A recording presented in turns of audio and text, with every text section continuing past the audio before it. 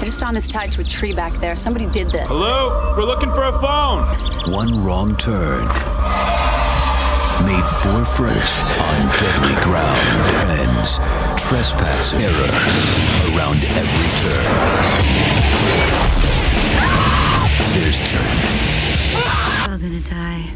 The Eth's negation. What if one wrong turn led you straight into a nightmare? Released in 2003, Wrong Turn shocked audiences with its brutal survival horror and unforgettable villains hiding deep in the A currency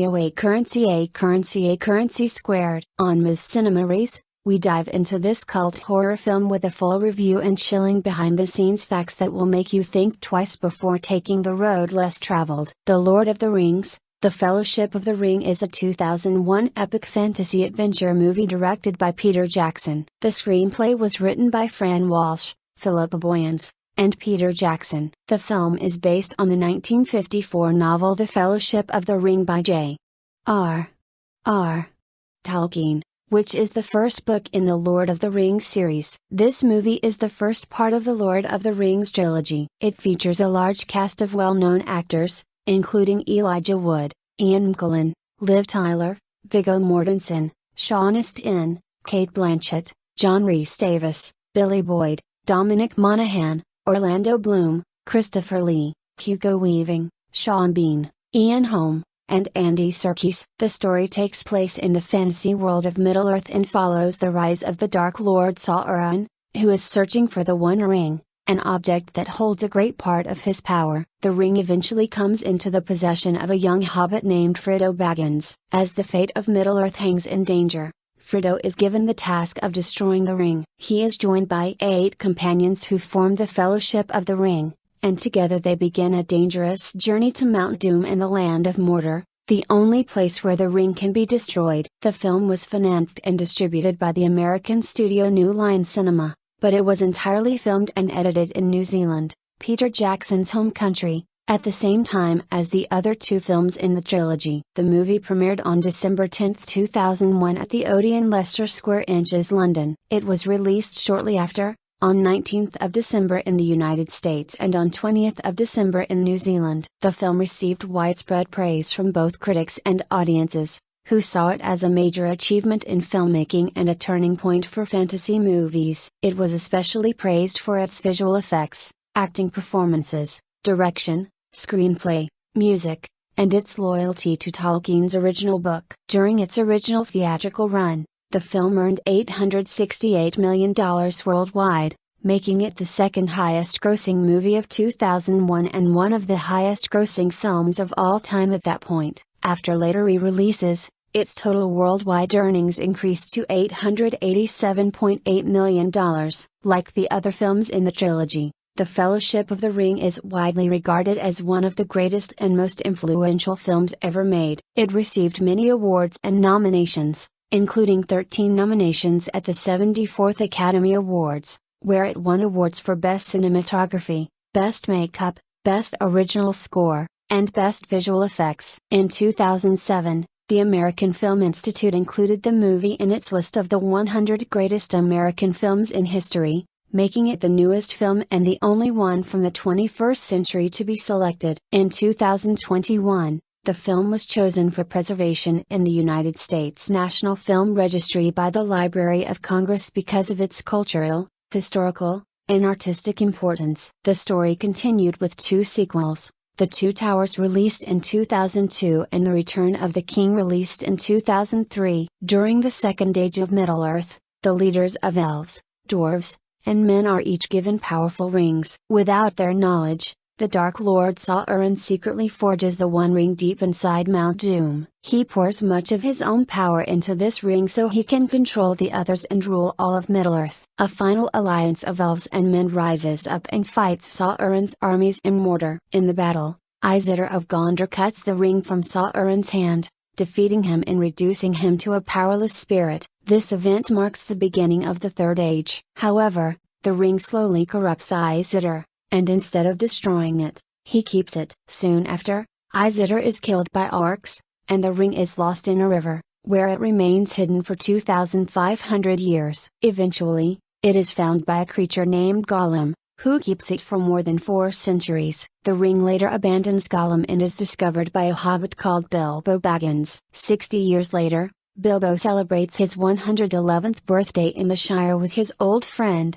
the wizard Gandalf the Grey. After the celebration, Bilbo decides to leave the Shire on one final adventure and leaves his belongings, including the ring, to his nephew Frodo. Gandalf begins to investigate the ring and soon learns its true and dangerous nature. He also discovers that Gollum revealed 2 important words while being questioned, Shire and Baggins. Realizing Frodo is in danger, Gandalf warns him to leave the Shire immediately. Frodo sets out with his loyal gardener and friend, Samwise Gamgee. Meanwhile, Gandalf travels to Isengard to seek advice from his fellow wizard Saruman. Instead, Saruman reveals that Sauron has sent his 9 terrifying servants, the Nazgûl, to find the ring. Gandalf tries to escape to warn Frodo, but Saruman imprisons him, having secretly joined Sauron and communicating with him through a magical seeing stone called a palantir. On their journey, Frodo and Sam meet up with fellow hobbits Merry and Pippin. Together, they narrowly escape the Nazgûl and reach the town of Bree,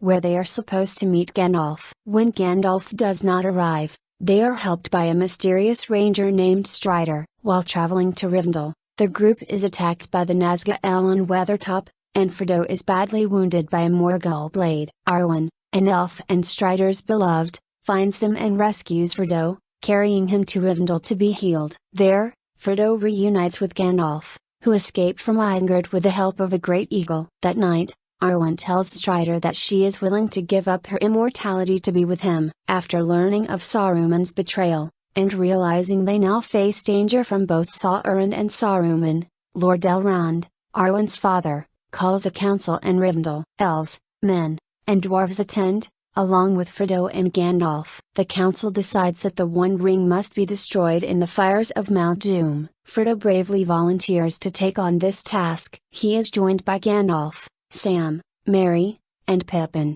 along with the elf Legolas, the dwarf Gimli, Boromir of Gondor, and Strider, who is revealed to be Aragorn, the heir of Isildur and the true king of Gondor. Bilbo, now living peacefully in Rivendell, gives Frodo his sword sting and a protective shirt made of mithril. Because Saruman causes a powerful storm to block their path, the Fellowship is forced to travel through the dangerous mines of Moria. Gandalf warns Frodo that Gollum, who was released from Sauron's prison, has been secretly following them, hoping to get the ring back. Inside Moria, they discover that all the dwarves have been killed. Orcs and a cave troll attack them, and during their escape, they encounter Durin's a terrifying Balrog. Gandalf sacrifices himself to save the others and is pulled into the darkness with the monster. Heartbroken, the remaining members of the Fellowship reach the elven land of Lothley-Cubedrine. There, the elf queen Galadriel tells Frodo that only he can complete the mission and warns him that someone will try to take the ring. She also shows him a vision of Middle-earth being destroyed if he fails. At the same time,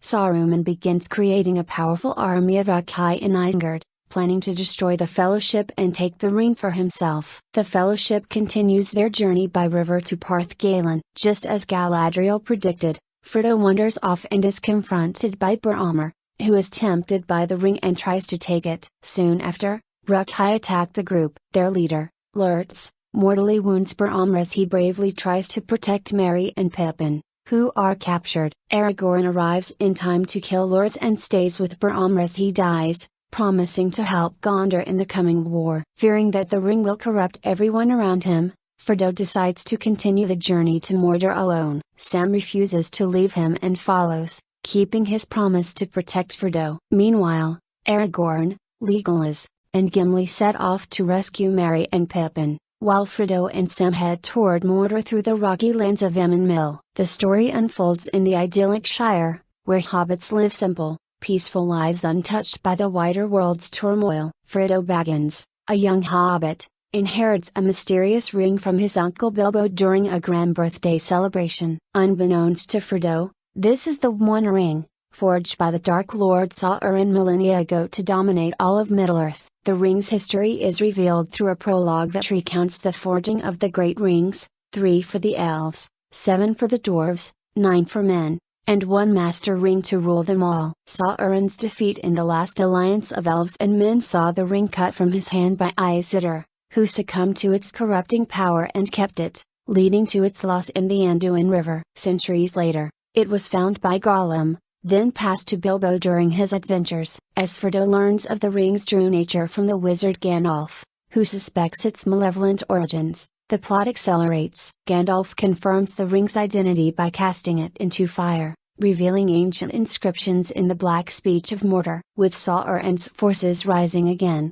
seeking the ring to reclaim full power, Frodo must flee the Shire, accompanied by his loyal gardener Samwise Gamgee, and later joined by fellow hobbits Merry and Pippin. Frodo evades the terrifying Black Riders, Nazgûl servants of Sauron. Their journey leads them to Bree, where they meet the ranger Aragorn, also known as Strider, who guides them toward Rivendell, the Elven Haven. En route, the group faces perils, including a stabbing of Frodo by a Nazgûl blade at Weathertop, which nearly claims his life. Rescued by the elf Arwen, who summons a flood to wash away the pursuers, they reach Rivendell. There, under Lord Elrond's counsel, the Fellowship is formed, Frodo as ring-bearer, Gandalf, Aragorn, the elf Legolas, the dwarf Gimli, the man Boromir from Gondor, and the hobbits Sam, Merry, and Pippin. Their quest, to destroy the ring in the fires of Mount Doom in Mordor, where it was forged. The Fellowship's path takes them through treacherous landscapes. Attempting to cross the misty mountains via the pass of Caradhras, they are thwarted by snowstorms orchestrated by the treacherous wizard Saruman, Sauron's ally. Forced underground into the mines of Moria, they encounter ancient dwarven ruins infested with orcs and trolls. A pivotal battle ensues, culminating in Gandalf's confrontation with a Balrog, a fiery demon, on the bridge of Khazad-dûm. Gandalf sacrifices himself, falling into the abyss with the creature, uttering the iconic line, "You shall not pass." Emerging from Moria grief-stricken, the group seeks refuge in Loth-tilde-cubed Green, the ethereal forest realm of the elves Galadriel and Celeborn. Galadriel tests each member's resolve, offering visions and gifts that bolster their journey, such as elven cloaks and limbas bread. Boromir, increasingly tempted by the ring's power to save his besieged homeland, begins to show signs of corruption. As they travel down the Anduin River, tensions rise. At one hand, Boromir attempts to seize the ring from Frodo, leading to a fracture in the group. Orcs attack, orchestrated by Saruman's rakhti, capturing Merry and Pippin. Boromir redeems himself by defending the hobbits but is mortally wounded. Frodo, realizing the ring's corrupting influence on his companions, decides to continue alone, but Sam insists on joining him. Aragorn, Legolas, and Gimli pursue the orcs to rescue Merry and Pippin, setting the stage for diverging paths. This narrative arc captures the epic scale of Tolkien's world, blending moments of quiet camaraderie with intense action sequences, all while building suspense around the ring's insidious effects. Characters and their development. Frodo Baggins, portrayed by Elijah Wood, serves as the reluctant protagonist and ring-bearer. Initially depicted as a carefree hobbit enjoying the Shire's pastoral life, Frodo's inheritance of the One Ring thrusts him into a transformative journey. His development is marked by growing resilience amid suffering. The stabbing at Weathertop introduces a lingering wound that symbolizes the ring's toll on his spirit. By the film's end,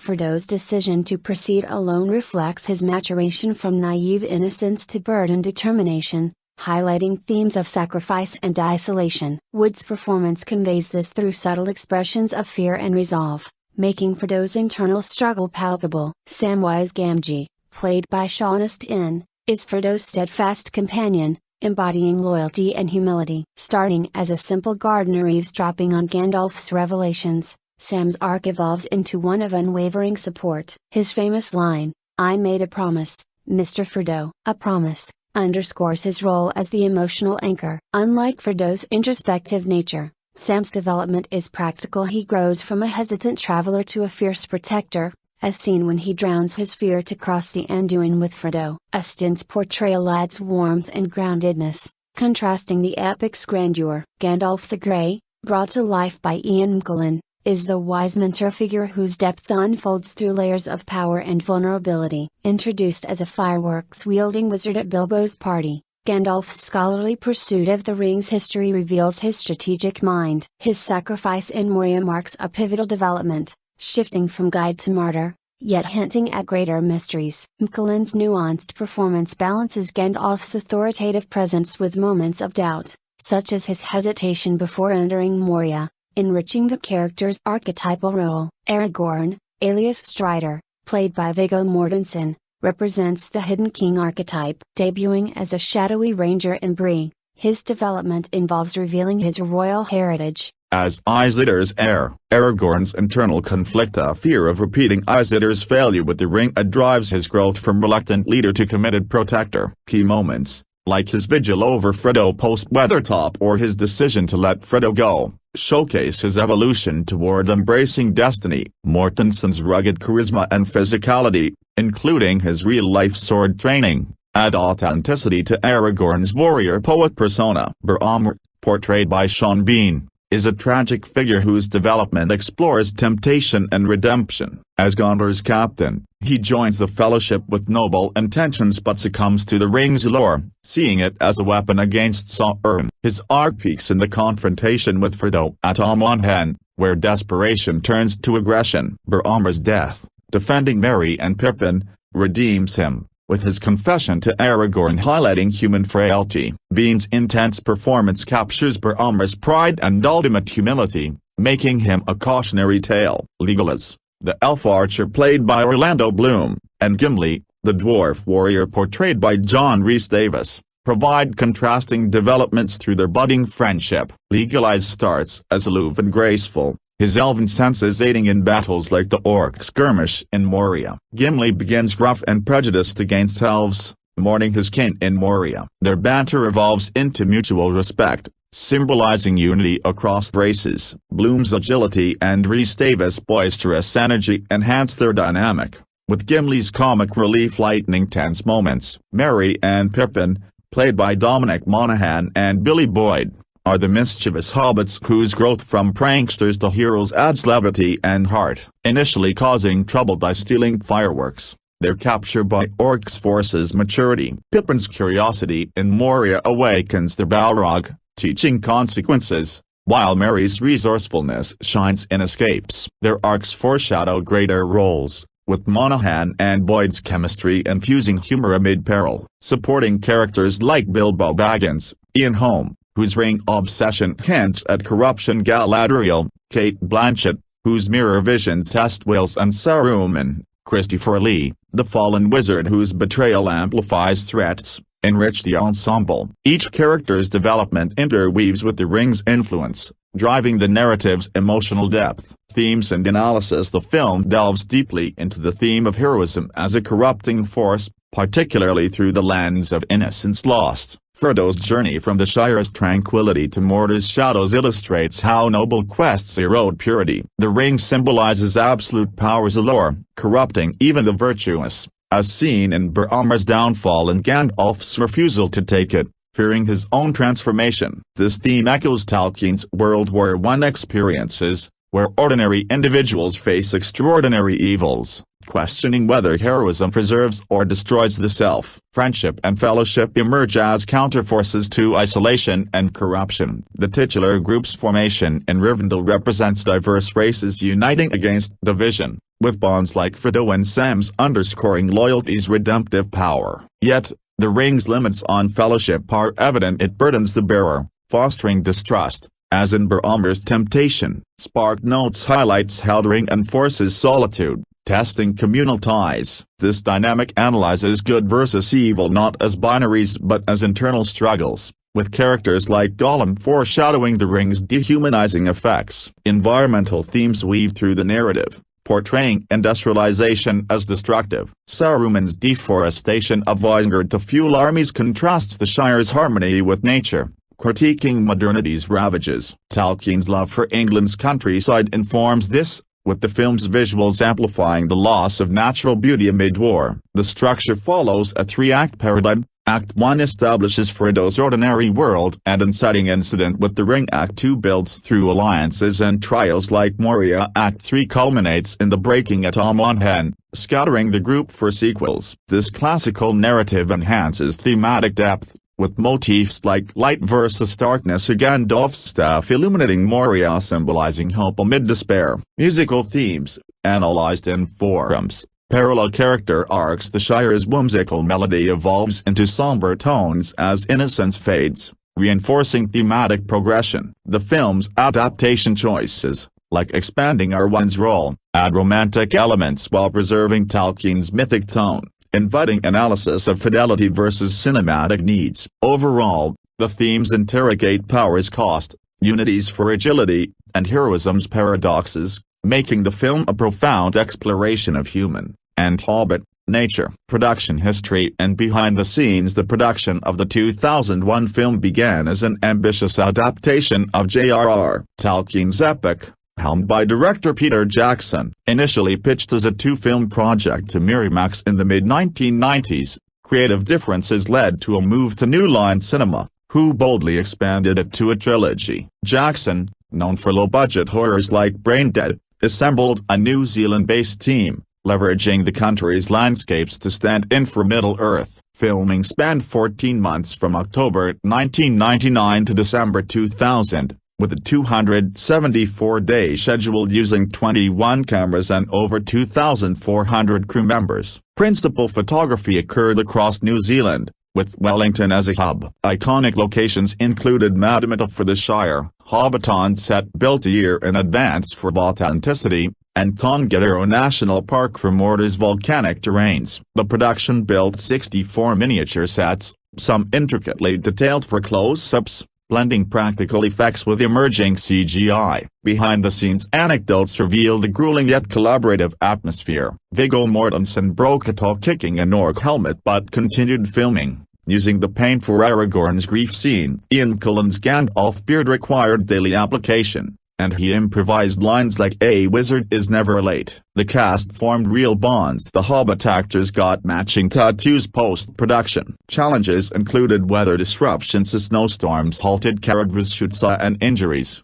like Orlando Bloom cracking a rib falling from a horse. Wattier Dieris's workshop, Jackson's effects company, innovated with prosthetics for orcs and bigature miniatures, like the 12-foot Barhta model. Andy Serkis' motion capture for Gollum pioneered performance capture, involving on-set references later enhanced digitally. The Balrog sequence combined practical fire with CGI, requiring months of rendering. Post-production involved extensive pickups in 2001, refining effects and score. Howard Shore composed in New Zealand, incorporating Maori influences. The budget ballooned to $93 million, but the risk paid off. Jackson's vision emphasized practical over digital where possible, creating a tangible world that immersed audiences. Documentaries like Quest for the Ring captured the process, showing the team's dedication. The first scenes shot involved the hobbits hiding from Nazgûl,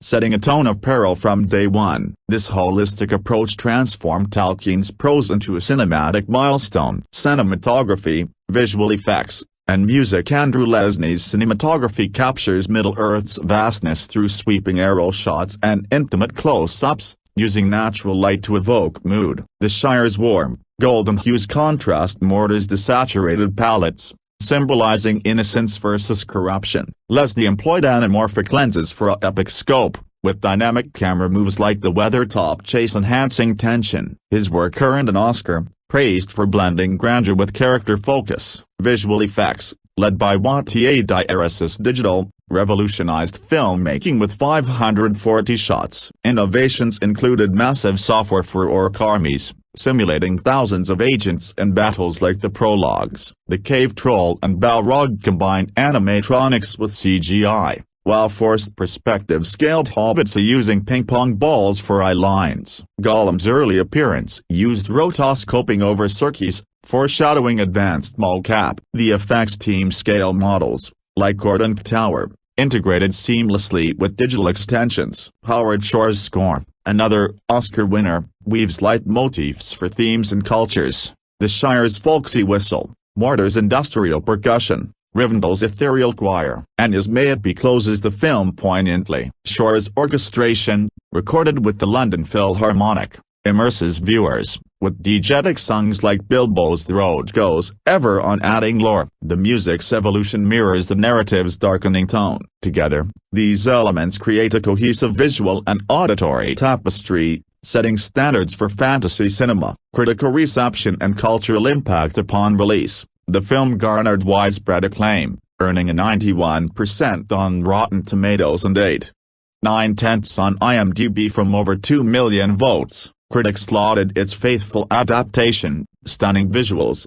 and ensemble performances, with Roger Ebert calling it a great film for balancing spectacle and story. It won 4 Oscars, including Best Cinematography and Visual Effects, from 13 nominations, solidifying its technical prowess. Some critiques noted pacing issues in the extended edition or deviations from Tolkien, like Arwen's expanded role, but overall, it was hailed as a landmark box office success at $889 million worldwide. He approved its appeal, revitalizing fantasy genre. Culturally, it influenced post-9/11 America, offering themes of unity against evil as a metaphor for resilience. Its release timing resonated, with Frodo's burden mirroring collective trauma. The film popularized Tolkien's lore, boosting book sales and inspiring franchises like Game of Thrones. Memes, parodies, and fan communities thrive, with its depiction of diverse alliances promoting tolerance. In New Zealand, it boosted tourism, dubbing the country Middle-earth. 2 decades on, its impact endures in cinema's embrace of epic storytelling. The Lord of the Rings, The Fellowship of the Ring, 2001, production development and pre-production. The road to bringing J.R.R. Tolkien's masterwork to the screen was paved with decades of false starts, abandoned projects, and seemingly insurmountable challenges. The production of The Fellowship of the Ring represented not just a single film, but an unprecedented cinematic undertaking that would reshape the landscape of modern fantasy filmmaking forever. The journey began long before Peter Jackson's involvement. Previous attempts to adapt Tolkien's works had resulted in various unproduced scripts, concept art, and an animated short. Legendary filmmakers including Walt Disney, Stanley Kubrick, and George Lucas had all expressed interest at various points. The Beatles even hoped to fund an adaptation with Kubrick directing, but Tolkien himself was skeptical about what the Fab Four might do to his narrative. John Boorman attempted to bring the project in under 100 minutes but ultimately abandoned his plans. In 1978, animator Ralph Bakshi combined the first 2 books into a single animated feature, with plans for a sequel that never materialized. This version, though incomplete, left a lasting impression on a young New Zealander named Peter Jackson, who would later fulfill Bakshi's unfinished vision. Jackson's path to Middle-earth was circuitous. Originally interested in remaking King Kong with state-of-the-art computer-generated animation, Jackson saw his project put on hold at Universal due to the pending release of Mighty Joe Young and Godzilla in 1998. In his frustration, Jackson renewed his interest in the Tolkien saga and won production rights from producer Saul Zaentz, who had backed the Bakshi film. The development process began in earnest in August 1997 when Jackson started working with Christian Rivers to storyboard the series. At the same time, he brought Richard Taylor and Weta Workshop on board to begin creating his interpretation of Middle-earth. Jackson gave them a clear directive: make Middle-earth as plausible and believable as possible, and think of it in a historical manner. This approach would prove foundational to the trilogy's visual authenticity. Initially, Jackson envisioned the project as 2 films. Between the synopsis and the treatment, he decided to streamline the narrative by cutting several characters and sequences including Gilder, Cricklow, the Old Forest, Tom Bombadil, the Barrow Wight, Bill Ferny, Radagast, and Ganbory Gan. The original treatment divided the story into The Fellowship of the Ring, covering the first novel in the 2 Towers, and The War of the Ring, covering the Return of the King. This version included elements that would be significantly altered or removed in the final films, including a much larger role for Farmer Maggot and later inclusion of Merry and Pippin in the quest. Jackson,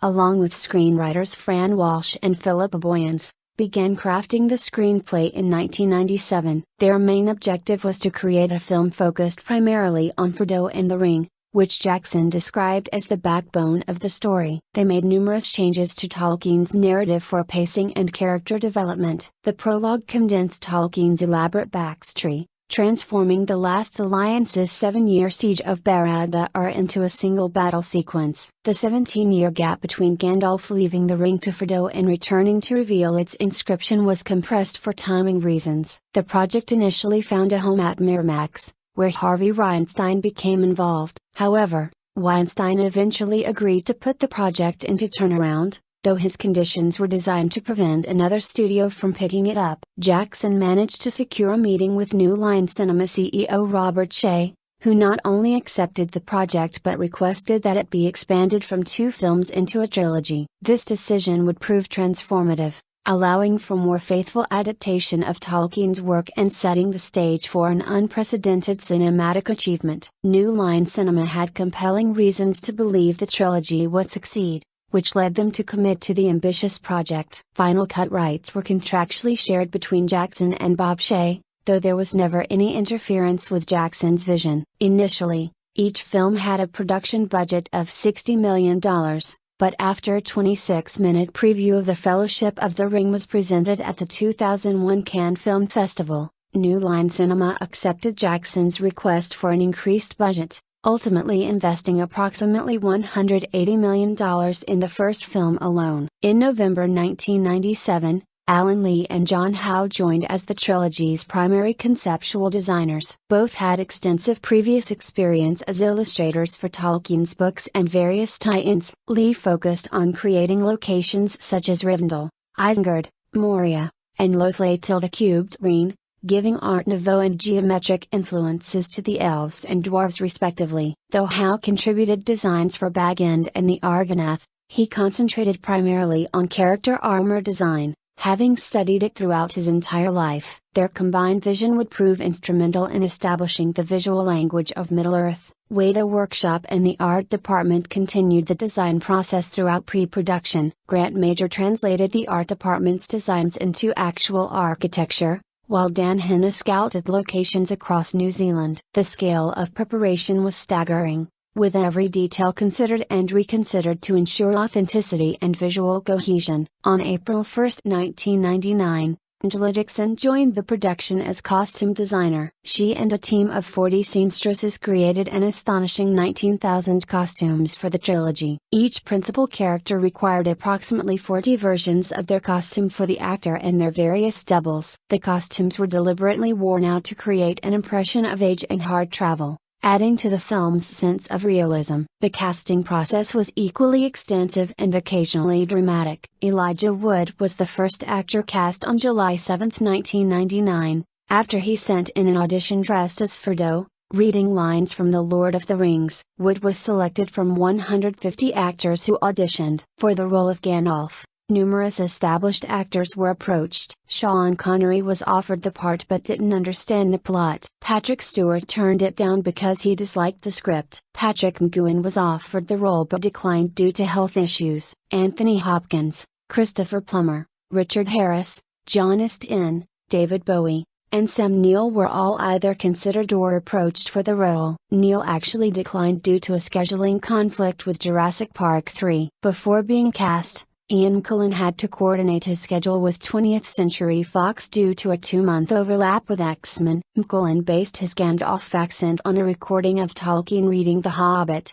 adding an authentic connection to the source material's creator. The role of Aragorn proved particularly problematic. Daniel Day-Lewis was offered the part at the beginning of pre-production but turned it down. Nicolas Cage received an offer but declined due to family obligations. Stuart Townsend was actually cast in the role and began filming, but Jackson realized he was too young for the part and replaced him. Russell Crowe was considered as a replacement but turned it down because he believed Jackson wasn't genuinely interested in casting him. Day-Lewis was offered the role for a second time but declined again. Jason Patric was also considered. Ultimately, executive producer Mark Ortsky saw Viggo Mortensen in a play, and Mortensen's son, a fan of the books, convinced his father to take the role. Mortensen read the book on the plane to New Zealand, received a crash course in fencing from Bob Anderson, and began filming the weathertop scenes immediately. He endeared himself to the crew by patching up his own costume and carrying his hero sword around off camera. Other casting choices were similarly thoughtful. Sean Bean was initially considered for Aragorn before being cast as Boromir. Bruce Willis,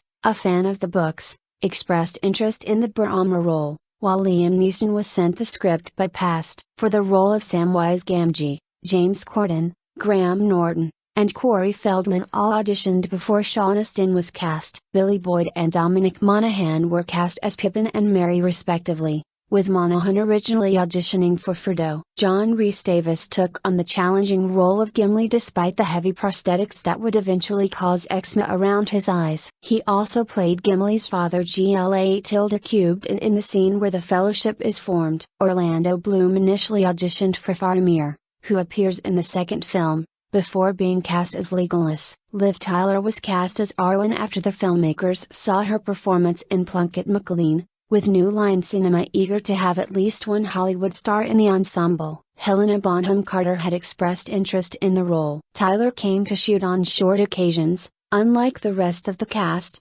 and was one of the last actors to be cast on August 25, 1999. Cate Blanchett was cast as Galadriel, with Lucy Lawless considered for the role but declining due to pregnancy, a decision she later regretted. Christopher Lee, cast as Saruman, was a devoted Tolkien enthusiast who read the books once a year and had actually met Tolkien. He originally auditioned for Gandalf but was deemed too old for the part. Hugo Weaving was cast as Elrond, with David Bowie having expressed interest but Jackson stating that having a famous, beloved character collide with a famous star would be slightly uncomfortable. Ian Holm was cast as Bilbo after Jackson remembered his performance in a 1981 radio adaptation of The Lord of the Rings, where Holm had actually played Frodo. Sylvester McCoy was contacted about playing Bilbo and kept in place as a potential candidate for 6 months before Jackson decided on Holm. Andy Serkis's casting as Gollum proved revolutionary. Serkis was working on an Oliver Twist miniseries when his agent told him Jackson wanted to approach him. Despite initial doubts about taking a role where his face wouldn't appear on screen,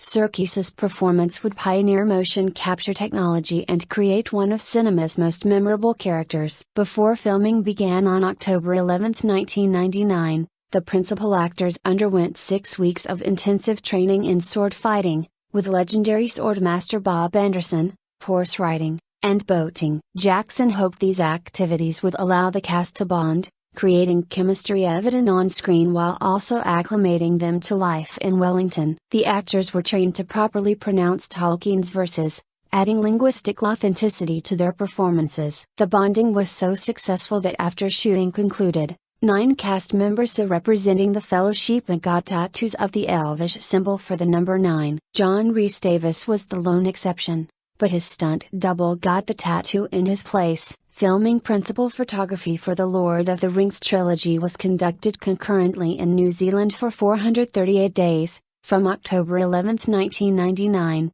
through December 22, 2000. This simultaneous filming of all 3 movies was unprecedented in cinema history and posed extraordinary logistical challenges. The production was truly massive in scope, with 7 different camera units shooting at various locations across New Zealand, along with sound stages around Wellington and Queenstown. Jackson directed the entire production while unit directors including Aileen Bollinger, John Mahaffey, Jeff Murphy, Fran Walsh, Barry Osborne, and Rick Porras managed additional crews. Jackson monitored all units through live satellite feeds, an innovative solution that allowed him to maintain creative control across multiple filming locations. Combined with constant script rewrites and the challenge of managing multiple units executing his singular vision, Jackson averaged only about 4 hours of sleep per night during production. He later described the entire endeavor as the world's largest home movie, due to the independence and familial atmosphere despite the massive scale. Producer Barry Osborne had a different perspective,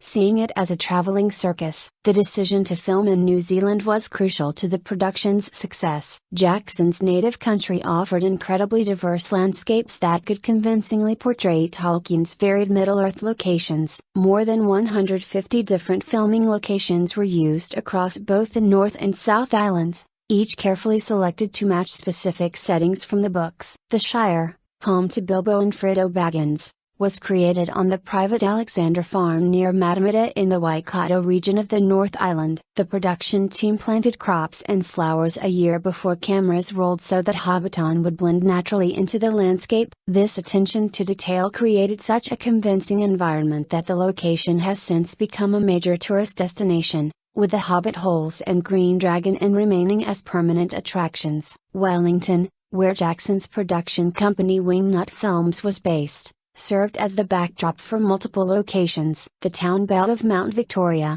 a peaceful park overlooking the city center, was where the hobbits hide under tree roots to evade a black rider. Notably, this was the first day of actual filming. The town of Bree, where the hobbits meet Strider at the Inn of the Prancing Pony, was built on the abandoned army camp of Fort Dorset at Seatown in Wellington's Port Nicholson Harbour. Kite Regional Park, about 8 miles from Upper Hutt City near Wellington, became the ethereal realm of Rivendell. This is where Frodo recovers from his Morgul blade wound and where the Fellowship is formed. The same location also served for the Silverlode River and scenes involving Galadriel's swan boat. The nearby Hutt River, between Moonshine Bridge and Poets Park, represented the Great River Anduin. Fernside Lodge near Featherston in the Wairarapa region, about 40 miles east of Wellington, provided the gardens that became the woods of Lothley Cubed Green. Here, Galadriel shows Frodo her mirror and the Fellowship receives her gifts before departing on their journey. Harcourt Park,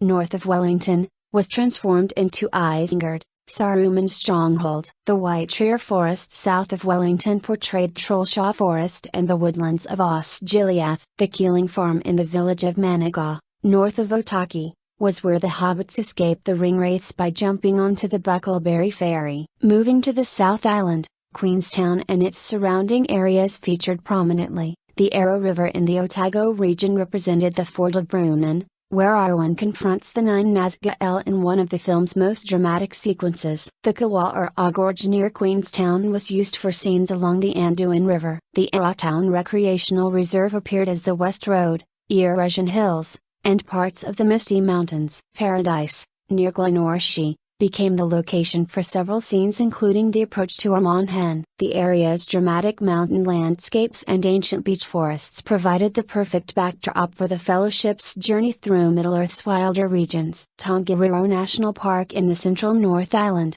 with its 3 volcanic peaks of Mount Trapu, Mount Tongariro, and Mount Ngauria created the dark and forbidding landscape of Mordor. Mount Ngauria specifically portrayed Mount Doom, where the One Ring was forged and where it must ultimately be destroyed. The Wagapapa ski field on Mount Trapu's slopes was used for icy mountain scenes. The Southern Alps and vast glaciers of New Zealand's South Island provided the dramatic scenery for the Misty Mountains, where Gollum once hid with the ring. Near Nelson, Takaka Hill became Chetwood Forest, while Mount Olympus and Mount Owen in Kahurangi National Park and Golden Bay were used for scenes of the Eregion Hills and Emerald Dale. Tiana in Fordland portrayed Weathertop, the ancient watchtower where Frodo is stabbed by the Witch King's Morgul blade. Filming in New Zealand's often remote and challenging terrain presented numerous difficulties. Weather was unpredictable, with sudden storms occasionally disrupting shooting schedules. The cast and crew had to transport massive amounts of equipment to isolated locations,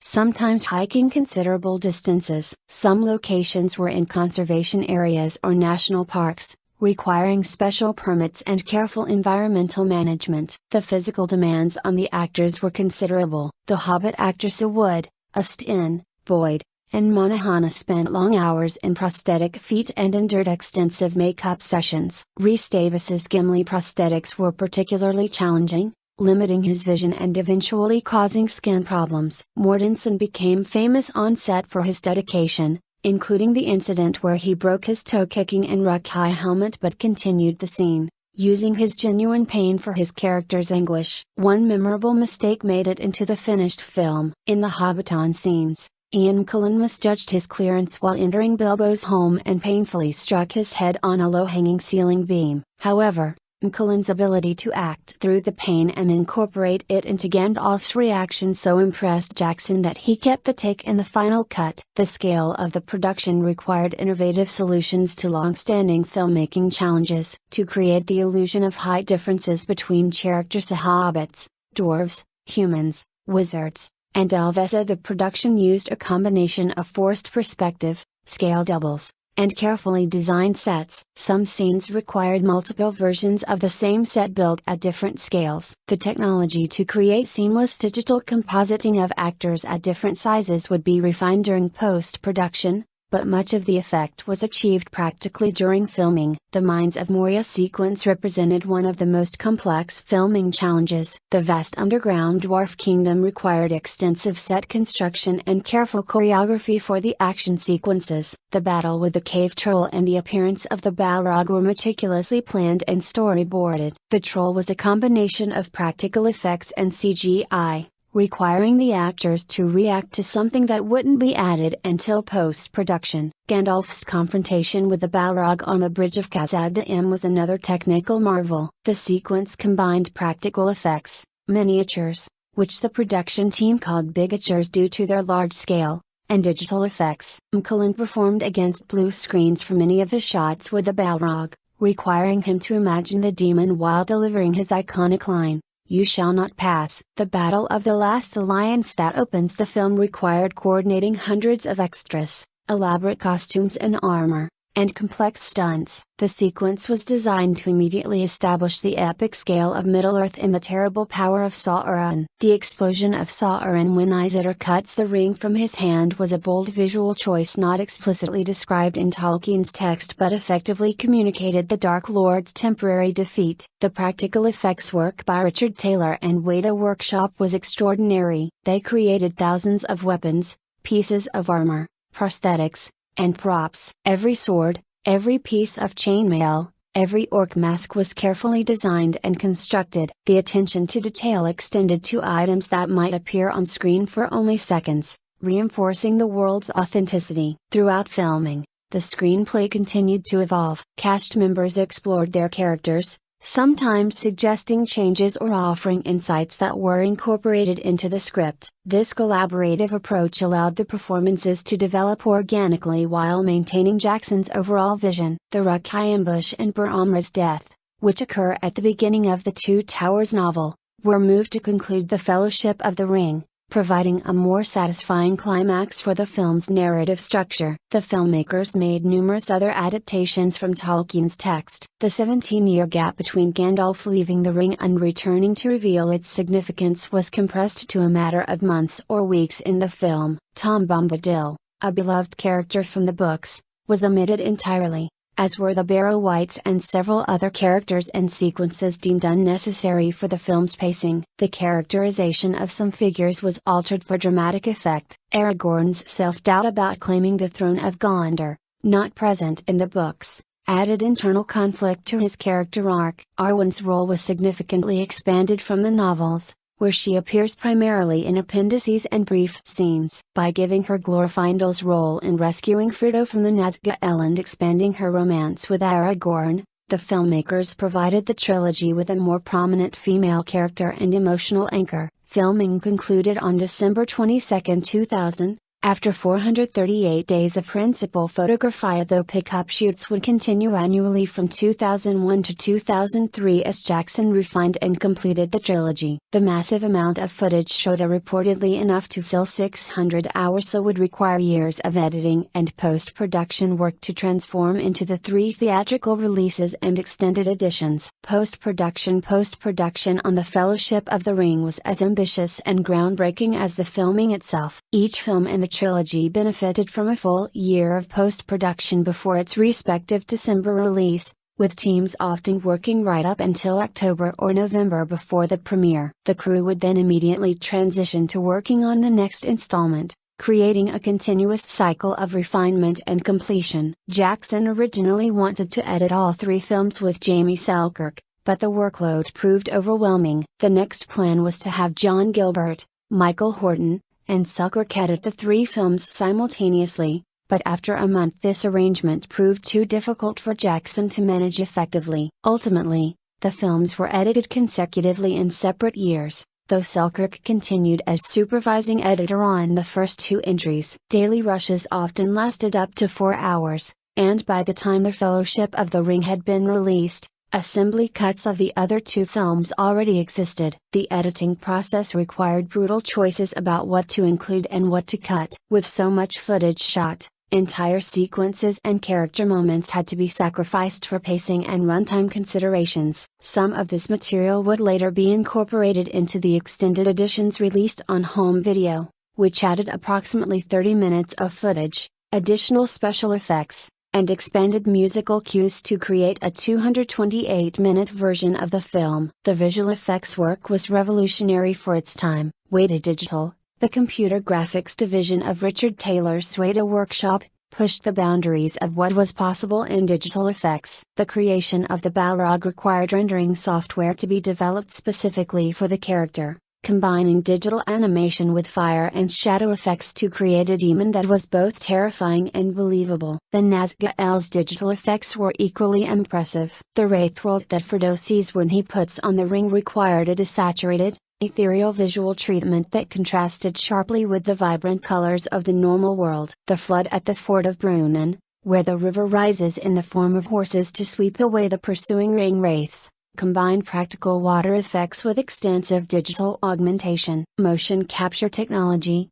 still relatively new in 2001, was employed for Gollum's appearances. While Gollum has only brief scenes in the Fellowship of the Ring, the groundwork was being laid for his expanded role in the subsequent films. Andy Serkis's physical performance on set was captured and used as reference for the digital animators. Initially, Gollum was intended to be purely CGI, but Jackson was so impressed by Serkis's audition that he used the actor on set as well. A team led by Randy Cook performed the animation using both motion capture data and manual recreation of Serkis's facial expressions. Interestingly, Gollum's CGI model was actually redesigned between the Fellowship of the Ring and the Two Towers. The team rebuilt the character using a subdivision surface model instead of the NURBS model used for Fellowship to better resemble Serkis. Over Christmas 2001, the crew reanimate all the previous shots accordingly. The original model can still be glimpsed briefly in the first film, a testament to the rapid evolution of the technology during the trilogy's production. The creation of massive crowd scenes required innovative solutions. Weta Digital developed software called Massive,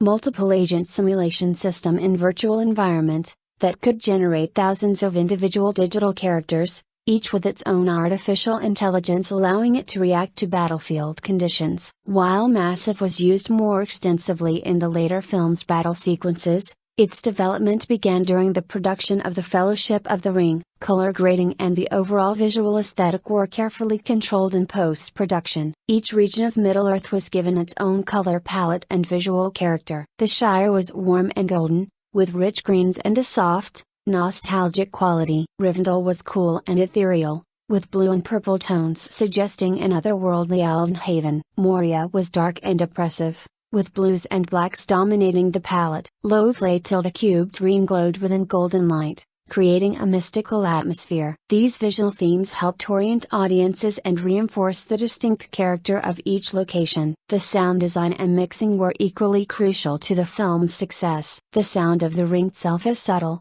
insidious whisper was created to suggest its corrupting influence. The Nazgûl's piercing shrieks were designed to be genuinely disturbing and memorable. The Balrog's roar combined multiple animal sounds and other elements to create something both recognizable and utterly alien. The clash of weapons in battle sequences, the creaking of leather and chainmail, the ambient sounds of forests and mountains, every audio element was carefully crafted and layered. Randy Cook and his team handled the film's extensive miniature work, though they preferred to call these bigatures given their often considerable size. The Tower of Barad-dûr, Isengard, Rivendell, and other locations were created as highly detailed miniatures that were filmed and composited into the live-action footage. Some of these models were so large and detailed that they required months to build and weeks to shoot. The film's prologue, narrated by Galadriel and depicting the forging of the Rings of Power and the last alliance's battle against Sauron, required extensive post-production work to combine practical effects, digital effects, and miniatures into a seamless whole. The sequence set the epic tone for the entire trilogy and had to convey thousands of years of history in just a few minutes. Digital doubles of the actors were created for dangerous stunts and impossible camera movements. These digital versions were refined throughout post-production, with the technology improving significantly during the trilogy's production. The ability to seamlessly blend live-action performances with digital enhancements was crucial to achieving many of the film's most spectacular moments. The forced perspective shots used during filming to create height differences between characters were further enhanced in post-production. When practical methods were insufficient, digital compositing allowed actors filmed separately to appear together in the same scene with the correct size relationships. This work required meticulous attention to detail to ensure lighting, focus, and movement all matched correctly. Post-production also involved creating the extended edition's additional footage. These scenes weren't simply deleted material thrown back into the film, they were properly finished with completed visual effects,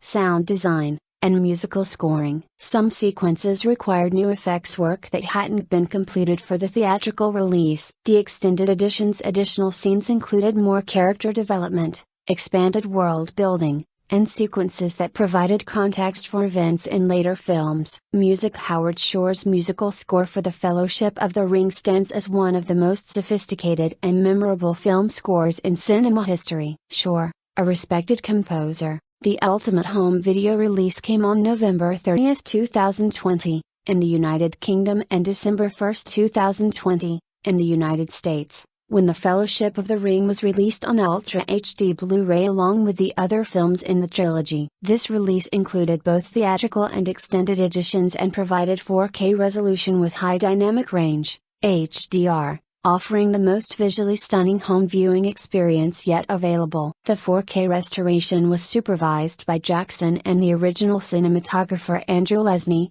who had passed away in 2015, ensuring color grading and image quality remained true to their original vision. Each subsequent home video format brought improvements in image quality, sound reproduction, and bonus features. The various releases also included different packaging options, from basic editions to elaborate collector's sets with replica props, art books, and other memorabilia. These premium editions catered to dedicated fans willing to pay more for special presentation and exclusive content. The home media releases significantly extended The Fellowship of the Ring's commercial life and cultural impact. While theatrical exhibition brought in substantial revenue, the home video sales and rentals ultimately generated even more income for New Line Cinema. More importantly, the accessibility of home viewing allowed the films to reach audiences who hadn't seen them theatrically and enabled repeated viewings that deepened appreciation for the filmmaking craft and attention to detail. The extended editions, in particular,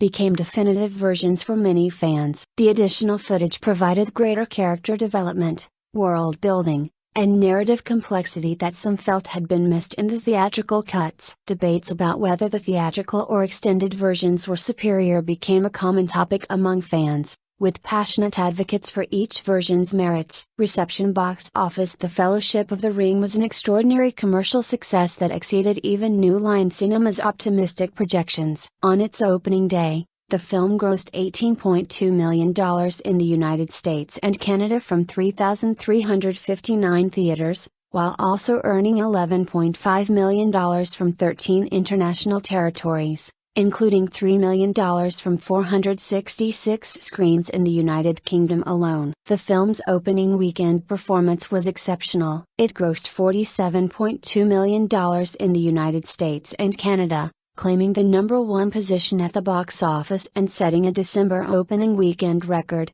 surpassing Ocean's 11. Over its first 5 days in North America, Wednesday through Sunday, it accumulated $75.10 million, a remarkable start that demonstrated strong word of mouth alongside the opening weekend rush. Internationally, the film opened at #1 in 29 markets and maintained the top position for a second week in all but the Netherlands. In Australia, it set a record opening day gross of $2.09 million from 405 screens, beating the $1.3 million record previously held by Star Wars, Episode I: The Phantom Menace. Germany saw a record opening weekend with 1.5 million admissions. Spain generated a record $5.3 million from 395 screens. In Jackson's native New Zealand, the film grossed a record $2.5 million in its first 15 days, a record that would stand for nearly a decade until Avatar surpassed it. In Denmark, The Fellowship of the Ring became the country's highest-grossing film ever, surpassing even Titanic. After 15 days of release, the film had accumulated $183.5 million internationally and $178.7 million in the United States and Canada, for a worldwide total of $362.2 million. This rapid accumulation of box office revenue demonstrated the film's broad appeal across diverse markets and age groups. The film's theatrical run proved remarkably durable. Unlike many blockbusters that quickly fade after a strong opening, The Fellowship of the Ring maintained strong attendance for months. In its initial theatrical release, it ultimately grossed $313.4 million in the United States and Canada and $555 million internationally, for a worldwide total of $868.4 million. Box Office Mojo estimates that the film sold over 54 million tickets in North America during its initial theatrical run. This performance made The Fellowship of the Ring the second highest grossing film of 2001, behind Harry Potter and the Philosopher's Stone, and the fifth highest grossing film of all time at the moment of its release, following subsequent reissues including limited re-releases before The Two Towers and The Return of the King. The film's lifetime gross reached $319.4 million domestically and $568.4 million internationally, for a total of $887.8 million worldwide. The financial success was particularly impressive given the film's production budget of approximately $180 million, accounting for its portion of the trilogy's overall budget. New Line Cinema had taken an enormous risk by financing all three films simultaneously before knowing whether the first would succeed. The Fellowship of the Ring's performance vindicated that gamble and ensured the subsequent films would receive full support from the studio. The box office success had several important implications. It demonstrated that fantasy films, often considered a niche genre, could achieve mainstream blockbuster status if executed with sufficient quality and vision. It proved that audiences would embrace long runtimes in nearly 3 hours if the storytelling justified the length. It shows that faithful literary adaptations could be both critically acclaimed and commercially successful, rather than requiring simplification or modernization to find audiences. The film's international performance was particularly notable. While Hollywood blockbusters typically perform well overseas, The Fellowship of the Ring's global appeal demonstrated that Tolkien's story and Jackson's vision transcended cultural boundaries. The film resonated with audiences in Europe, Asia, Latin America, and elsewhere, becoming a truly global cultural phenomenon. Critical reception for The Fellowship of the Ring was overwhelmingly positive, with reviewers praising nearly every aspect of the production. On the review aggregator website Rotten Tomatoes, the film holds an approval rating of 92% based on 237 reviews, with an average rating of 8.20. The website's critics' consensus summarizes the response, full of eye-popping special effects, and featuring a pitch-perfect cast. The Lord of the Rings, The Fellowship of the Ring brings J.R.R. Tolkien's classic to vivid life. Metacritic, which uses a weighted average of reviews, assigned the film a score of 92 out of 100 based on 34 critics, indicating universal acclaim. Audiences polled by CinemaScore gave the film an average grade of A on an A+ to F scale, reflecting strong public enthusiasm matching critical praise. Kennedy's review for Empire magazine awarded the film 5 stars out of 5, declaring, "Broking no argument, history should quickly regard Peter Jackson's The Fellowship of the Ring as the first installment of the best fantasy epic in motion picture history." Putting formula blockbusters to shame, Fellowship is impeccably cast and constructed with both care and passion. This is a labor of love that never feels labored. Emotional range and character depth ultimately take us beyond genreal imitations. Kennedy's review captured the sense among many critics that the film represented a new benchmark for fantasy filmmaking. Roger Ebert of the Chicago Sun-Times gave the film 3 out of 4 stars, noting that while it wasn't a true visualization of Tolkien's Middle-earth, it was a work for, and of, our times. It will be embraced, I suspect, by many Tolkien fans and will take on aspects of a cult. It is a candidate for many Oscars. It is an awesome production in its daring and breadth, and there are small touches that are just right. Ebert's measured response reflected appreciation for the film's achievements while acknowledging inevitable differences from readers' imagined versions of Tolkien's world. USA Today awarded 3 out of 4 stars, writing that this movie version of a beloved book should please devotees as well as the uninitiated. This observation proved prescient, as the film indeed succeeded in satisfying both longtime Tolkien enthusiasts and viewers discovering the story for the first time. Elvis Mitchell's review in the New York Times praised Jackson's directorial approach. The playful spookiness of Mr. Jackson's direction provides a lively, light touch, a gesture that doesn't normally come to mind when Tolkien's name is mentioned. Mitchell recognized that Jackson had brought visual dynamism and cinematic energy to material sometimes perceived as stately or ponderous. Lisa Schwarzbaum gave the film an A grade for Entertainment Weekly, writing, "The cast take to their roles with becoming modesty,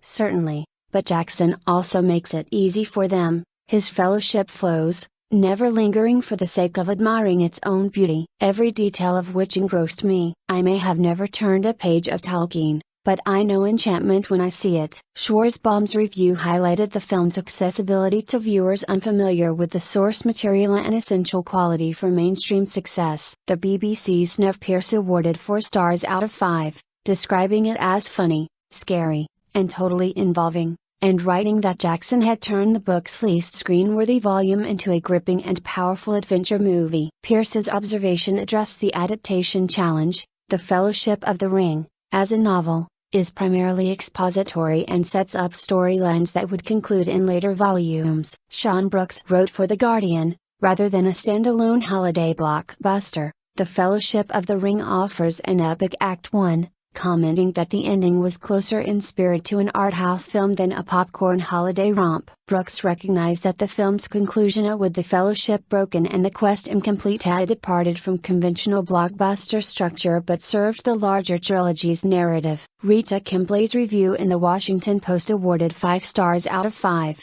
particularly praising the cast. Mortensen, as Strider, is a revelation, not to mention downright gorgeous. Engelin, carrying the burden of thousands of years' worth of the fight against evil, is positively Merlin-esque. Kimbley's enthusiasm for the performances echoed a common critical response that Jackson had assembled a near-perfect cast. Time magazine's Richard Corliss praised Jackson's achievement. His movie achieves what the best fairy tales do, the creation of an alternate world, plausible and persuasive, where the young A and not only the young A can lose themselves, and perhaps, in identifying with the little hobbit that could, find their better selves. Corliss's review connected the film to broader themes of storytelling and myth-making. J. Hoberman wrote in The Village Voice, Peter Jackson's adaptation is certainly successful on its own terms. Peter Travers of Rolling Stone emphasized the emotional impact. It's emotion that makes Fellowship stick hard in the memory. Jackson deserves to revel in his success. He's made a 3-hour film that leaves you wanting more. Not all reviews were entirely positive. Peter Bradshaw, writing for The Guardian, offered more mixed assessment. While he lauded the art direction and visual design, he noted there is a strange paucity of plot complication, an absence of anything unfolding. All the more disconcerting because of the clotted and indigestible mythic backstory that we have to wade through before anything happens at all. Bradshaw found the film's tone too serious and self-important, concluding, signing up to the movie's whole Hobbity Elvish universe requires a leap of faith. It's a leap I didn't feel much like making. Jonathan Rosenbaum of the Chicago Reader was similarly less enthusiastic, granting that the film was full of scenic splendors with a fine sense of scale but commenting that its narrative thrust seemed relatively pro forma and that he found the battle scenes boring. These dissenting voices, while in the minority, reminded audiences that even highly successful films don't achieve universal acclaim. The critical consensus emphasized several key strengths: the faithful yet cinematically effective adaptation of Tolkien's story, the exceptional ensemble cast, the stunning visual design and cinematography, the groundbreaking visual effects, Howard Shore's memorable score, and Jackson's direction that balanced spectacle with emotional depth. Critics repeatedly noted that the film succeeded in bringing a beloved literary work to screen without diminishing its essential quality as a rare achievement in literary adaptation. The film's success with critics extended beyond immediate reviews to year-end best of lists and retrospective assessments. As the trilogy completed its theatrical run and entered the cultural consciousness, the Fellowship of the Ring's reputation only grew. In 2007, the American Film Institute named it one of the 100 greatest American films in history. Notably, it was both the most recent film and the only film released in the 21st century to make the list. At that time, in June 2025, the New York Times ranked it number 87 on their list of the 100 best movies of the 21st century and number 14 on the Reader's Choice edition of the list. The film received numerous accolades beyond critical praise. At the 74th Academy Awards in 2002, it earned 13 nominations, winning for Best Cinematography, Andrew Lesnie, Best Makeup, Peter Rowan and Richard Taylor, Best Original Score, Howard Shore, and Best Visual Effects, Jim Riggio, Randall William Cook, Richard Taylor, and Mark Stetson. The 4 Oscar wins validated the technical and artistic achievements, while the Best Picture nomination, although it didn't win, recognized the film as a serious dramatic work rather than merely a technical showcase. The film also won the 2002 Hugo Award for Best Dramatic Presentation, an honor bestowed by the science fiction and fantasy community. It won Empire Magazine's Best Film Award as voted by readers. At the British Academy Film Awards,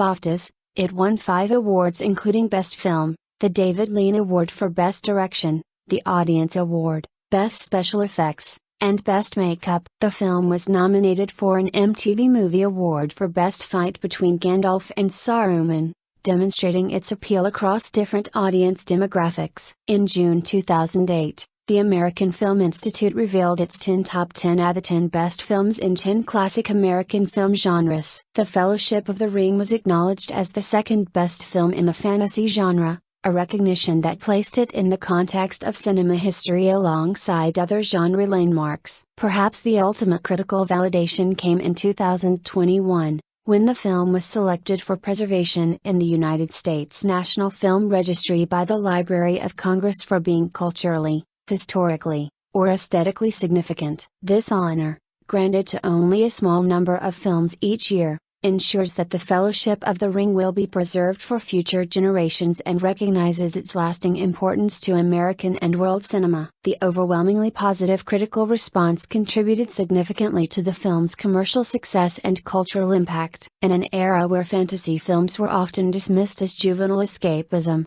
critics took the Fellowship of the Ring seriously as cinema art. Their recognition helped legitimize not only this particular adaptation but fantasy filmmaking more broadly, opening doors for subsequent ambitious fantasy projects. The long-term critical assessment of the Fellowship of the Ring has only grown more positive with time, as film scholars and critics have had years to analyze the trilogy. The craftsmanship, vision, and execution have become even more apparent. The film is now widely recognized as one of the greatest and most influential films ever made, a transformative work that demonstrated the potential of fantasy cinema and set new standards for adaptation, visual effects, and epic storytelling. The Fellowship of the Ring's critical and commercial success fundamentally changed the landscape of fantasy filmmaking. It proved that audiences would embrace complex, faithful adaptations of beloved literary works. It demonstrated that practical effects and digital effects could be seamlessly blended to create believable fantasy worlds. It shows that ensemble casts of relatively unknown actors could carry a blockbuster film if the material and direction were strong enough. Most importantly,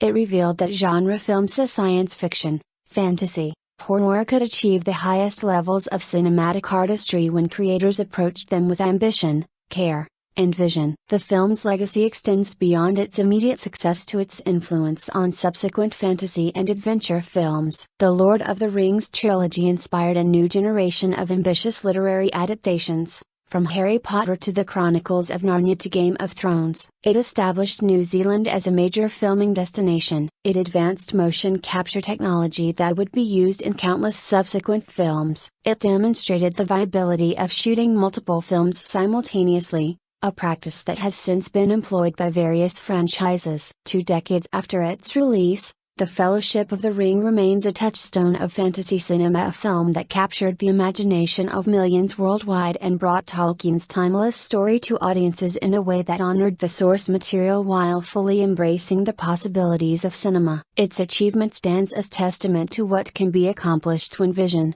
talent, resources, and determination combine in pursuit of a seemingly impossible goal, bringing Middle-earth to life. I would have gone with you to the end, into the very fires of Mordor. Join us for an epic return to Middle-earth with Peter Jackson's The Fellowship of the Ring, the beloved first chapter in the Lord of the Rings trilogy. Journey alongside Frodo, Gandalf, Aragorn, and the Fellowship as they begin their quest to destroy the One Ring and thwart the dark power of Sauron. Don't miss this rare big screen showing of a modern fantasy classic. An ancient ring thought lost for centuries has been found, and through a strange twist of fate is bequeathed to a small hobbit named Frodo. When Gandalf discovers the ring is, in fact, the One Ring of the Dark Lord Sauron, Frodo must make an epic quest to Mount Doom in order to destroy it. However, he does not go alone. Frodo is joined by Gandalf the Wizard, Legolas the Elf, Gimli the Dwarf, the men Aragorn and Boromir,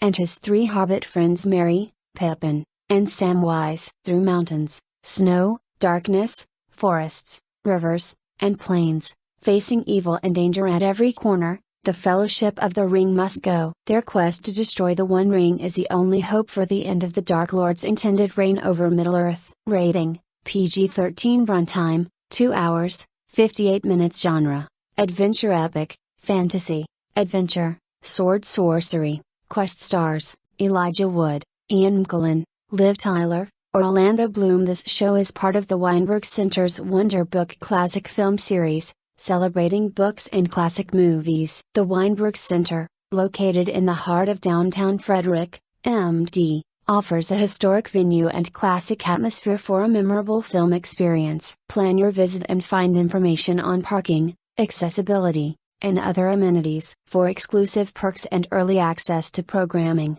consider becoming a member. You can also make a donation to help us ensure that the arts remain accessible and affordable to local and regional audiences alike. Warner Brothers Pictures is revamping the Lord of the Rings film franchise. On a Thursday earnings call, Warner Brothers Discovery CEO David Zaslav announced that newly installed studio leaders Mike DeLuca and Pam Abdi have brokered a deal to make multiple films based on the beloved J.R.R. Tolkien books. The projects will be developed through WB label New Line Cinema. The first Lord of the Rings trilogy, helmed by Peter Jackson, grossed nearly $3 billion worldwide. Jackson's follow-up trilogy based on Tolkien's The Hobbit matched those grosses. No filmmakers have been attached to the projects as yet, but in a statement to Variety, Jackson and his main Lord of the Rings collaborators Fran Walsh and Philip Boyens said Warner Brothers and Embracer have kept us in the loop every step of the way. We look forward to speaking with them further to hear their vision for the franchise moving forward, Jackson, Walsh and Boyens said. Freemode, a division of Embracer Group, made the adaptive rights deal for books including The Lord of the Rings and The Hobbit. The pact will be billed under the name Middle-earth Enterprises. Notably, DeLuca and Abdi left MGM last year to take the helm of Warner Brothers. Their exit followed the acquisition of MGM by Amazon. Now the tech giant owns the TV rights to Lord of the Rings and produced a single season of television at the gut-busting price of over $450 million in 2022. Following our recent acquisition of Middle-earth Enterprises, we're thrilled to embark on this new collaborative journey with New Line Cinema and Warner Brothers Pictures, bringing the incomparable world of J.R.R. Tolkien back to the big screen in new and exciting ways, said Lee Ginkard, CEO of Freemode. We understand how cherished these works are, and working together with our partners at New Line Cinema and Warner Brothers Pictures, we plan to honor the past, look to the future, and adhere to the strongest level of quality and production values. DeLuca and Abdi recalled that New Line had previously took an unprecedented leap of faith to realize the incredible stories, characters and world of The Lord of the Rings on the big screen, a broken bar but for all the scope and detail lovingly packed into the two trilogies, the vast, complex and dazzling universe dreamed up by J.R.R. Tolkien remains largely unexplored. Inaugural projects and timelines were not immediately disclosed. The first Jackson trilogy starred Elijah Wood,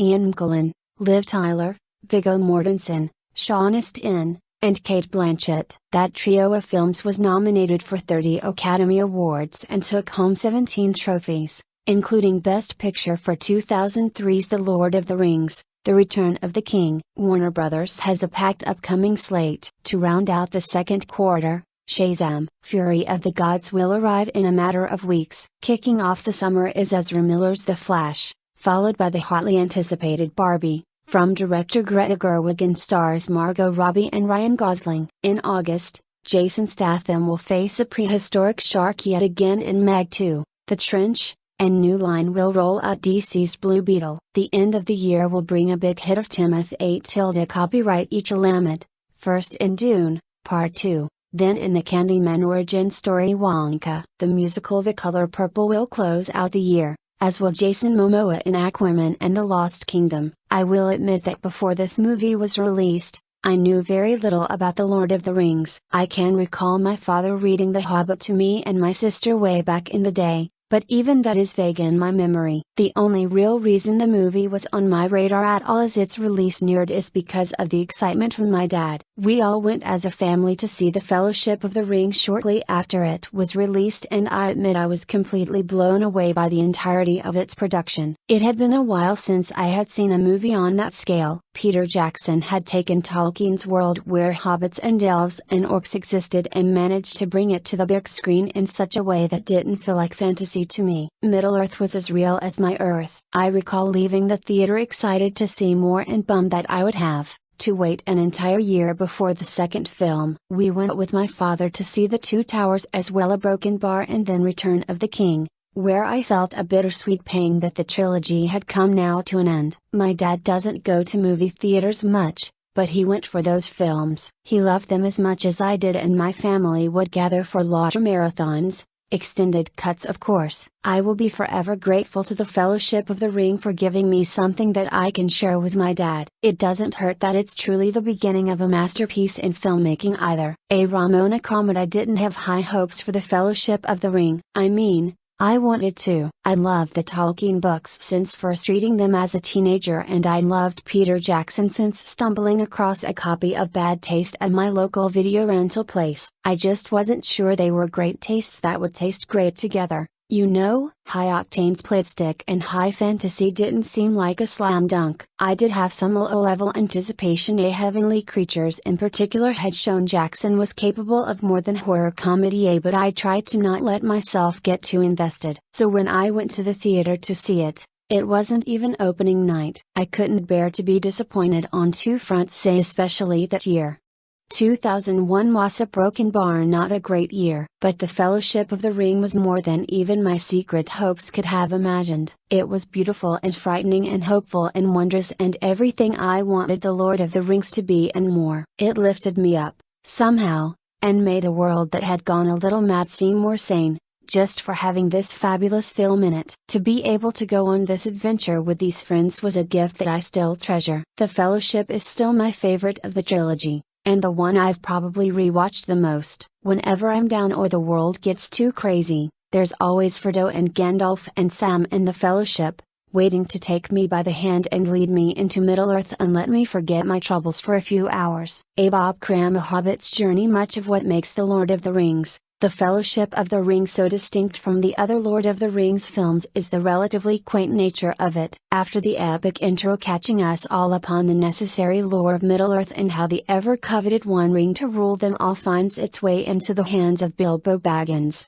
we spend much of the early parts of the film in the Shire. We get to see how the simple, easygoing hobbit folk of the Shire live in their day-to-days. The most exciting moments in the Shire involve a wizard coming to town and an old Baggins turning 111. It's here that we learn to love Frodo and the other hobbits. The innocent nature of their being makes them incredibly easy to root for as protagonists. Their small stature makes them the obvious underdog in a world filled with enough fantastical creatures to make your head spin. Our early time in the Shire makes the triumphs, resilience, and even failures of Frodo, Sam, Merry, and Penn so much more encouraging later in the film. Even when we leave the Shire and venture into the expansive, and oftentimes frightening lands of the rest of Middle-earth, The Lord of the Rings, The Fellowship of the Ring remains relatively small in scale, especially when compared to the trilogy's final two installments. As we traverse the great elvish land of Rivendell, the ominous mines of Moria,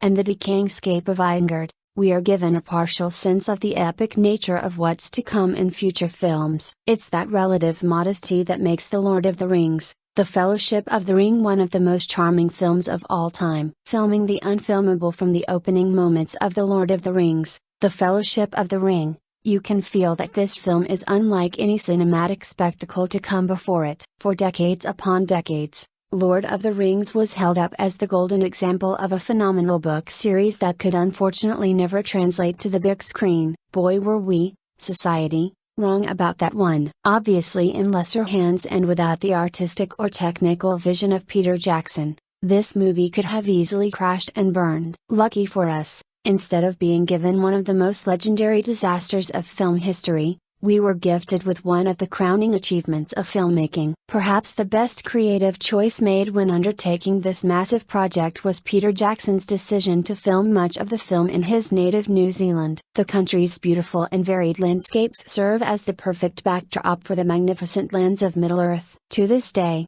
many of the set locations used, including Hobbiton, still stand and attract enthusiastic Lord of the Rings fans to visit. Like many seminal and revolutionary films in the history of the industry, The Lord of the Rings, The Fellowship of the Ring was seemingly made in exactly the right time. Having come out after the rise of CGI, the film benefits from access to what was still relatively new technology at the time. However, if the film were released around 15 years later, we probably would have seen the over-reliance on CGI that plagues so many of our contemporary films. The mix of practical and computer-based effects are perfectly blended together into what amounts to a dazzling visual treat. That, along with a deep understanding for the source material and a massive admiration for it, allowed Peter Jackson to bring to life a world that was previously thought to be unimaginable. Assembling the Fellowship favorite scenes in The Lord of the Rings, The Fellowship of the Ring are understandably varied. I've certainly pinpointed several different scenes as being one to stand at different times in my life. However, one scene in particular stands out as the definitive crucial moment in the film. The Council of Elrond represents the moment where the Fellowship is officially assembled. Expectedly, it comes at just about the halfway point of the movie. Once our team is constructed, the action is kicked into hyperdrive. So much of the excitement in watching The Lord of the Rings, The Fellowship of the Ring is seeing the different fighting styles of characters like Aragorn, Legolas, Gimli, and Boromir. One of my favorite moments in the film is watching the Fellowship collectively fight a cave troll. The combination of Gandalf's staff, Gimli's axe, Legolas' arrows, and even the swords and daggers of the hobbits to take out the troll gets me just as excited with each subsequent viewing. However, that moment doesn't hit the way it doesn't without the brilliance of the Council of Elrond scene. Before the Fellowship is able to come together, we are introduced to the characters and their intergroup dynamics. These dynamics inform so many of the character choices and group interactions for the remainder of the film. In many ways, the Fellowship operates like a bit of a dysfunctional family. Gandalf and Aragorn act as parental figures to the rest of the group. Gimli and Legolas are like bickering siblings who ultimately can't help but love each other, and the whole family. Merry and Pippin serve as bumbling cousins who are always getting into trouble, and Boromir is an erratic uncle, whose next move remains unpredictable. But despite the family's dysfunctional nature, their unwavering love for one another is all that matters at the end and is what allows them to persevere through all. Legacy debates about which Lord of the Rings film reigns supreme will be carried out until the end of time. Each film is special in their own ways despite also being three equal parts of the greatest film trilogy ever constructed. More than 20 years after its release, The Lord of the Rings, The Fellowship of the Ring remains one of the best movies of the 21st century and one of the best blockbuster films ever constructed. The film's impact on cinema will be felt for years to come. So many of its moments,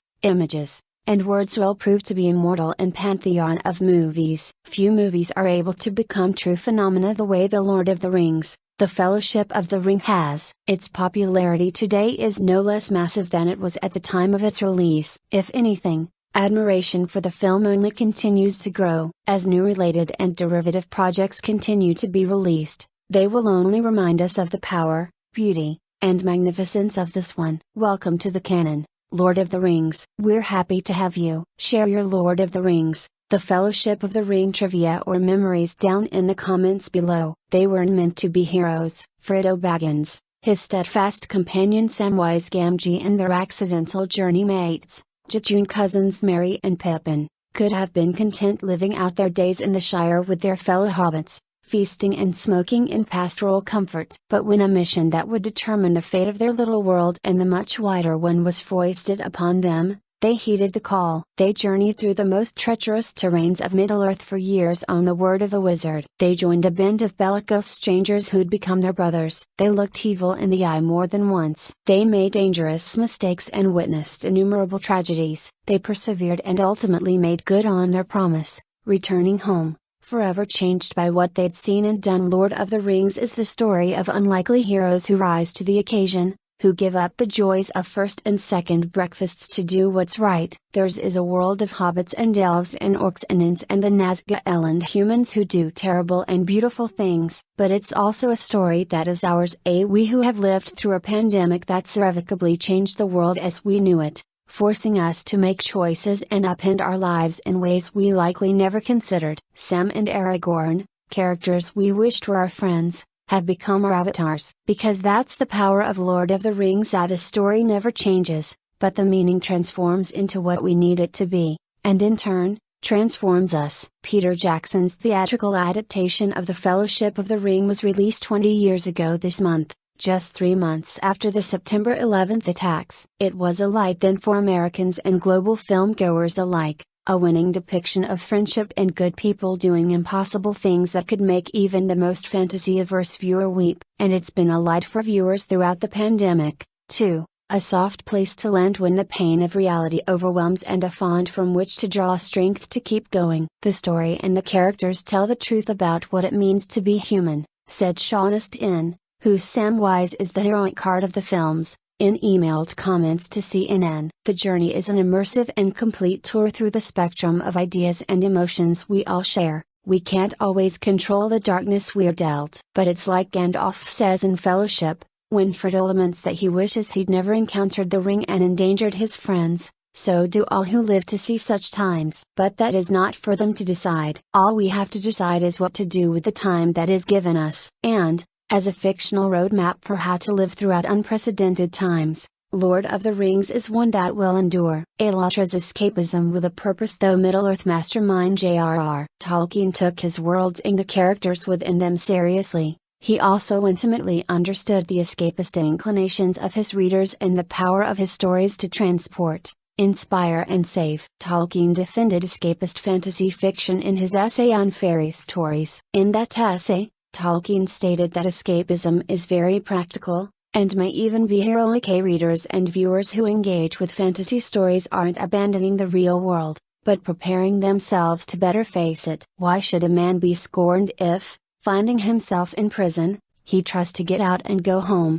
He wrote. Or if, when he cannot do so, he thinks and talks about other topics than jailers and prison walls. The world outside has not become less real because the prisoner cannot see it. In using escape in this way, the critics have chosen the wrong word, and, what is more, they are confusing, not always by sincere error, the escape of the prisoner with the flight of the deserter. Lord of the Rings fans, by engaging with the story, do for a time escape from our own world and our own troubles, but then, of course, we may also return to them better equipped to handle them, strengthened by the respite and perhaps even inspired to face the difficulties and evils that confront us, said Corey Olson, a scholar known as the Tolkien Professor for his in-depth study of Tolkien's works, and president of the nonprofit Cinema University. Tolkien started writing while recovering in a hospital bed from an illness he contracted during the Battle of the Somme in World War I.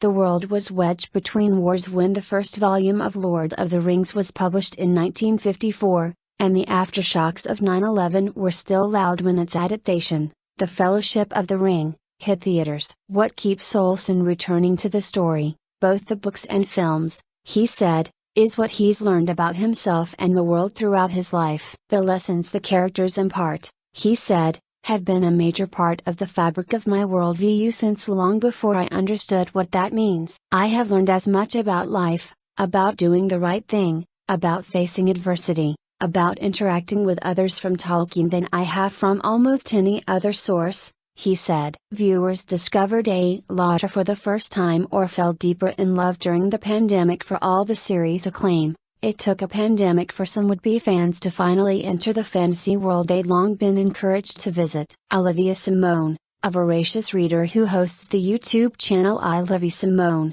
spent part of the pandemic finally dusting off the unread books on her shelf, including Tolkien's works, and then watching their adaptations to compare. She wanted to finally understand the memes she'd been seeing everywhere. Remember when it was impossible to escape variations of Sean Bean's Boromir saying one does not simply walk into Mordor? And so she read The Hobbit, a prequel novel that follows Frodo's uncle Bilbo and his own dalliance with the One Ring, and Gandalf, and The Lord of the Rings, and then watched all 6 films based on the books. She and her sister plopped down on the couch and devoured the extended editions of the movies, filmed their reactions and posted them on her channel. The verdict: she loved them. The characters and locales she visualized while reading were brought to life immaculately in the film, she said in her YouTube review. But what affected her the most was the unsinkable friendship between Sam and Frodo. Even when the ring's corrosive power starts to wear down his dear Mr. Frodo, Sam is his staunchest supporter, saving his life and restoring his faith to finally destroy the One Ring. I found it so moving that those two had endured so much yet were still continuing on despite how hard it clearly was to take even one step forward, she told CNN. In the context of the pandemic, friendship and just putting one foot in front of the other even when things are rough rings even more true, for sure. The pandemic also provided the time, plenty of it, for Tolkien devotees to delve even deeper into his world. Take Matt Groff, who first fell head over heels with Tolkien's world when he watched Fellowship on DVD in 2002. In January 2020, on a whim, he started a YouTube channel, Nerd of the Rings, where he dissects esoteric elements of Lord of the Rings and the wider world of Middle-earth. Within 2 months of the channel's founding, Nerd of the Rings would become a social lifeline, connecting Groff to other Tolkienites who devoured his analyses. As someone who is a natural worrier,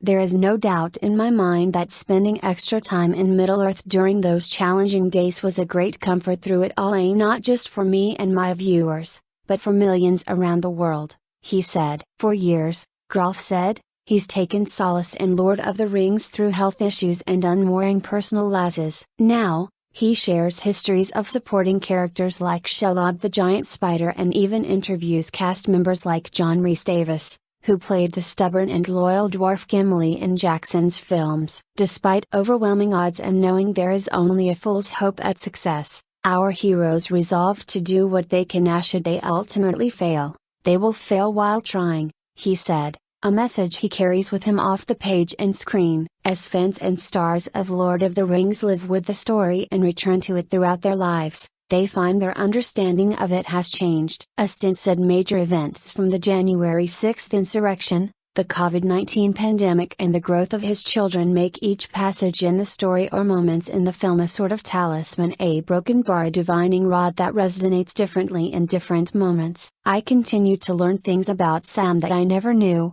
he said, noting that he thinks about what being an honorary ring bearer meant to the Hobbit. My sense of that journey and what it means to him, and what death means to me are re-examined in my life daily. For Groff, the character of copyright Odin, King of Rohan, affects him more deeply now than it did when he first fell in love with the series. As a father who has experienced the heartbreak of miscarriages, copyright Odin's grief at the loss of his son and his declaring no parent should have to bury their child cuts directly to my core, Groff said. As a father of a newly adopted daughter, I relate to copyright Odin's relationship with Owen in an entirely different way. I now realize exactly what copyright Odin means in the books when he calls Owen a dearer than daughter.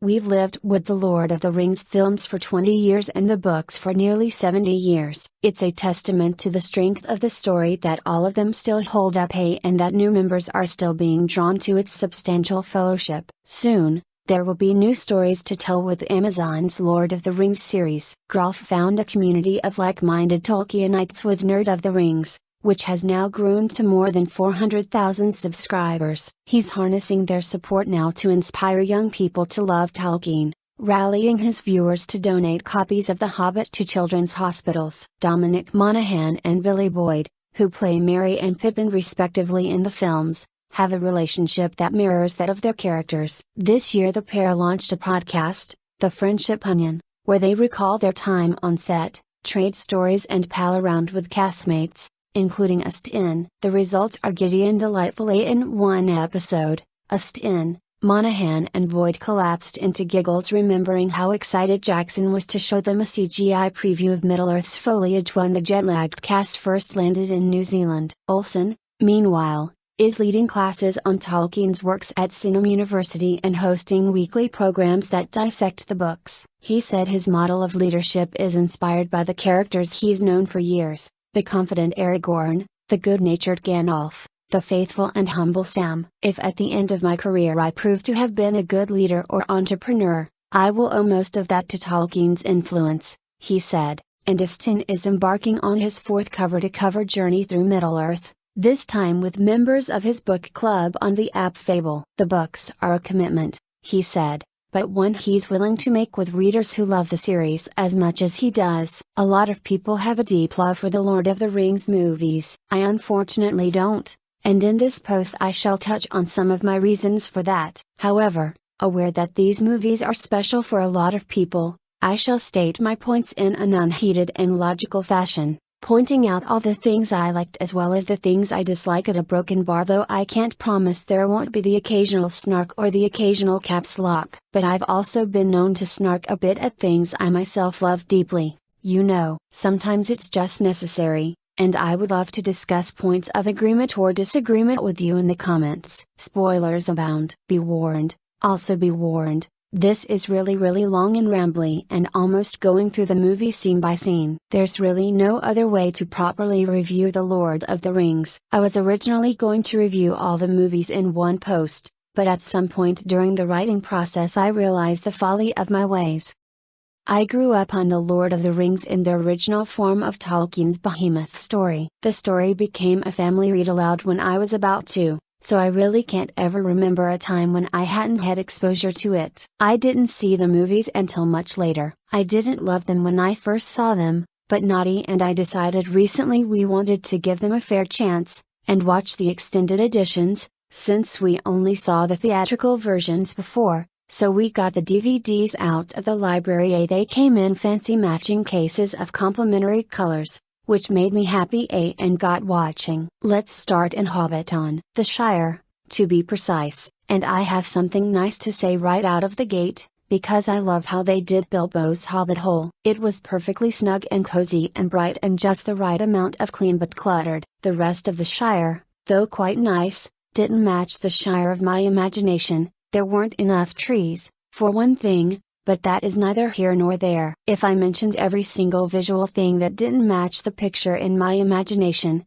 this would become quite the tedious review, even more so than it already is, so just try and imagine that for a bit. Ian Holm as Bilbo didn't click for me, though. I didn't find him endearing enough, and I don't think we were given enough reason to like Bilbo or care about him. He just came across as Frodo's grumpy old uncle with a weird sense of humor. Obviously you lose something of Bilbo's story without the events of The Hobbit, but I still think Bilbo's character is pretty clearly defined in The Lord of the Rings without all the added context of his backstory. In my opinion, they could have come much closer than they did to the scattered, adventure-seeking, lovable hobbit that Bilbo should be. Elijah Wood as Frodo was one of the better cast characters, I thought. He had a bit less gravitas, and was a bit more of a pretty boy, than I think Frodo should have, and be, but I would say he was well portrayed on the whole, and mostly well acted. There were some notable exceptions to that for one or two more emotional moments,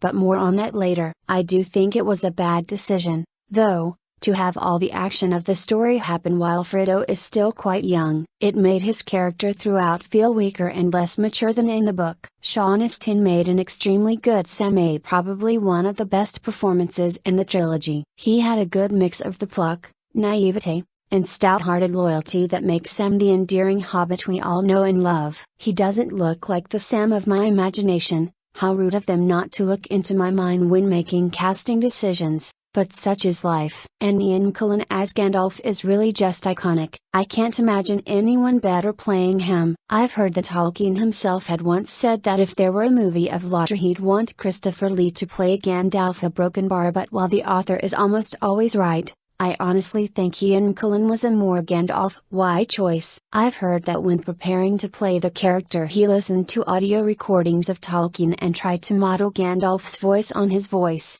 which I think is really cool. I wasn't so pleased with Merry and Pippin, though, at least at their first introduction. I know that they're supposed to be more immature and silly than Frodo, but they should still be likable and endearing. Speaking personally, as they're portrayed here, I found them more annoying than anything. In the book, there was also something very touching about their schemes to join Frodo's quest, their stout-hearted refusal to let Frodo go off into danger without them, even while they had no idea of the real risks involved, which we completely lose here, where they just get caught up in the quest accidentally. I never really warmed much to Merry throughout, but Billy Boyd's Pippin grew on me a lot. By the end of the trilogy, though I still didn't like all the writing of Pippin's character, I could safely say that I think he played the character well and did a very good job when the script allowed him to. In fact, one of my favorite scenes in the whole trilogy is one between him and Gandalf, but since it happens in The Return of the King, I'll say no more about that just at present. Anyway, that's all the major characters from this beginning chunk of the story.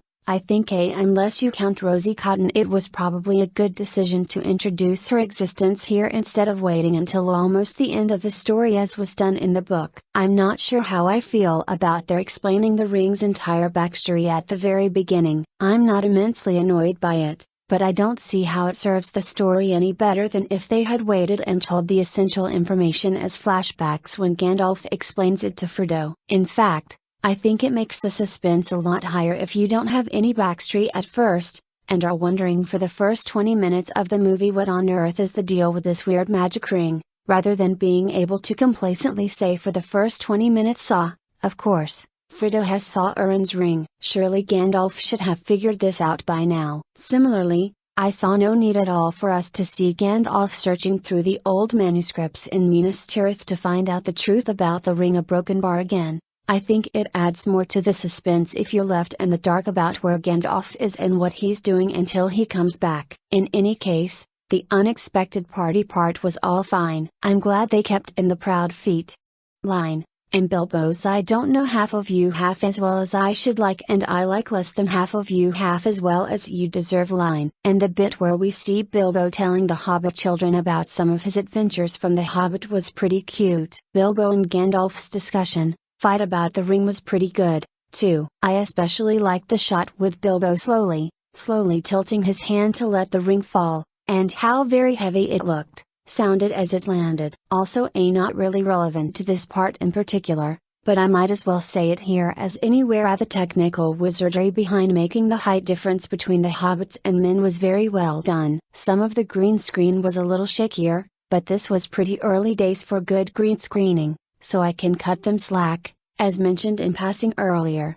while I can understand the decision to cut out all the years passing before Frodo leaves the Shire just for story condensing purposes, I don't really like it. Frodo feels and looks very young, and lacks the maturity that book Frodo had. It doesn't majorly change the story, but it does change his character, and not for the better, in my opinion. I also really don't like that we see the confrontation with Gandalf and Saruman when it happens chronologically, instead of finding out about it when it's explained at the Council of Elrond. Again, I think it really cuts down on the suspense if you know exactly what's happening to Gandalf the whole time, instead of worrying and wondering and dreading along with Frodo. Also, who exactly made the decision that this should happen? Gandalf is giving hyperactive toddler energy here, which I don't think is quite the feel that's desired for this particular moment. So the hobbits leave the Shire. The Old Forest and Tom Bombadil and Farmer Maggot are cut out, but such is life, and we get to Bree. I like the cute detail of the separate, lower door viewer thingy in the door for hobbits. I was sadly disappointed in Butterbur. And yes, I know it's ridiculous in a story of this size to be complaining about such a minor character as Barlaam Butterber, but what can I say? I like Butterber. I wanted to see him portrayed right. I think Laughter just brings out this level of wrangling over nitpickiness in peoply broken bar even from people like me who aren't crazily dedicated Laughter fanatics. He wasn't funny, or likable, or remotely interesting, which was all very sad. I don't see why things are fabricated in the movies in order to add humor, like Merry and Pippin being so annoying, and don't even get me started on the treatment they give poor Gimli, while the humor that's actually written into the books is removed. Butterber is a funny character. He adds levity to this rather stressful stay at Bree. Let him fulfill his purpose. And now we meet Aragorn. Truth be told, I'm not fully satisfied with Viggo Mortensen as Aragorn. He was just plain too young,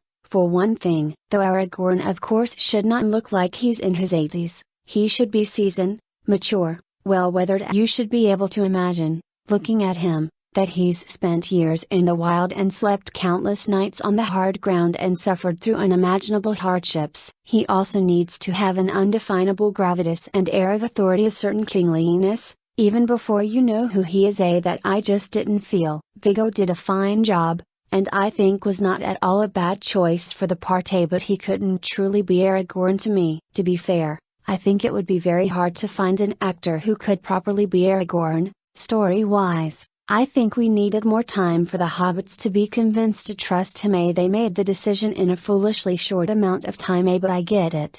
Time restraints and all that. Trying to trick the audience into thinking that the Nazgul were actually spearing the hobbits' beds annoyed me. It had absolutely no purpose story-wise, and so felt like it was just a cheap grab for attention. Moving on to Withertlepa Broken Bar, the location for which was quite cool. This bit was well done on a whole, though why didn't they include Frodo's attempts to fight back against the Nazgul? I think it weakens his character to make it seem like he only runs and hides and never even tries to defend himself. I've heard from those who know more about such things that Aragorn's technique in fighting multiple assailants at once is fairly realistic, so that's cool. And now Arwen is introduced, since Glorfindel has been replaced by her. I think that introducing her here is an understandable decision. I'm sorry, Naughty, I know you disagree with me on this. In the context of this story, Glorfindel isn't a very major character. That being said, I really don't like Arwen's characterization. They were trying so hard for the girl boss image that, to me, she just felt cringy and annoying and artificial. Little that we saw, and Astin is embarking on his fourth cover-to-cover journey through Middle-earth, this time with members of his book club on the app Fable. The books are a commitment, he said, but one he's willing to make with readers who love the series as much as he does. A lot of people have a deep love for the Lord of the Rings movies. I unfortunately don't, and in this post I shall touch on some of my reasons for that. However, aware that these movies are special for a lot of people, I shall state my points in an unheated and logical fashion, pointing out all the things I liked as well as the things I dislike at a broken bar, though I can't promise there won't be the occasional snark or the occasional caps lock. But I've also been known to snark a bit at things I myself love deeply, you know. Sometimes it's just necessary, and I would love to discuss points of agreement or disagreement with you in the comments. Spoilers abound. Be warned, also be warned. This is really long and rambly and almost going through the movie scene by scene. There's really no other way to properly review The Lord of the Rings. I was originally going to review all the movies in one post, but at some point during the writing process I realized the folly of my ways. I grew up on The Lord of the Rings in the original form of Tolkien's behemoth story. The story became a family read aloud when I was about 2. So I really can't ever remember a time when I hadn't had exposure to it. I didn't see the movies until much later. I didn't love them when I first saw them, but Naughty and I decided recently we wanted to give them a fair chance, and watch the extended editions, since we only saw the theatrical versions before, so we got the DVDs out of the library. They came in fancy matching cases of complementary colors, which made me happy and got watching. Let's start in Hobbiton, the Shire, to be precise, and I have something nice to say right out of the gate, because I love how they did Bilbo's hobbit hole. It was perfectly snug and cozy and bright and just the right amount of clean but cluttered. The rest of the Shire, though quite nice, didn't match the Shire of my imagination. There weren't enough trees, for one thing, but that is neither here nor there. If I mentioned every single visual thing that didn't match the picture in my imagination, this would become quite the tedious review, even more so than it already is, so just try and imagine that for a bit. Ian Holm as Bilbo didn't click for me, though. I didn't find him endearing enough, and I don't think we were given enough reason to like Bilbo or care about him. He just came across as Frodo's grumpy old uncle with a weird sense of humor. Obviously you lose something of Bilbo's story without the events of The Hobbit, but I still think Bilbo's character is pretty clearly defined in The Lord of the Rings without all the added context of his backstory. In my opinion, they could have come much closer than they did to the scattered, adventure-seeking, lovable hobbit that Bilbo should be. Elijah Wood as Frodo was one of the better cast characters, I thought. He had a bit less gravitas, and was a bit more of a pretty boy, than I think Frodo should have, and be, but I would say he was well portrayed on the whole, and mostly well acted. There were some notable exceptions to that for one or two more emotional moments, but more on that later. I do think it was a bad decision, though, to have all the action of the story happen while Frodo is still quite young. It made his character throughout feel weaker and less mature than in the book. Sean Astin made an extremely good Sam, probably one of the best performances in the trilogy. He had a good mix of the pluck, naivete, and stout-hearted loyalty that makes Sam the endearing hobbit we all know and love. He doesn't look like the Sam of my imagination. How rude of them not to look into my mind when making casting decisions. But such is life. And Ian McKellen as Gandalf is really just iconic. I can't imagine anyone better playing him. I've heard that Tolkien himself had once said that if there were a movie of Lottery he'd want Christopher Lee to play Gandalf the Broken Bar, but while the author is almost always right, I honestly think Ian McKellen was a more Gandalf-y choice. I've heard that when preparing to play the character he listened to audio recordings of Tolkien and tried to model Gandalf's voice on his voice, which I think is really cool.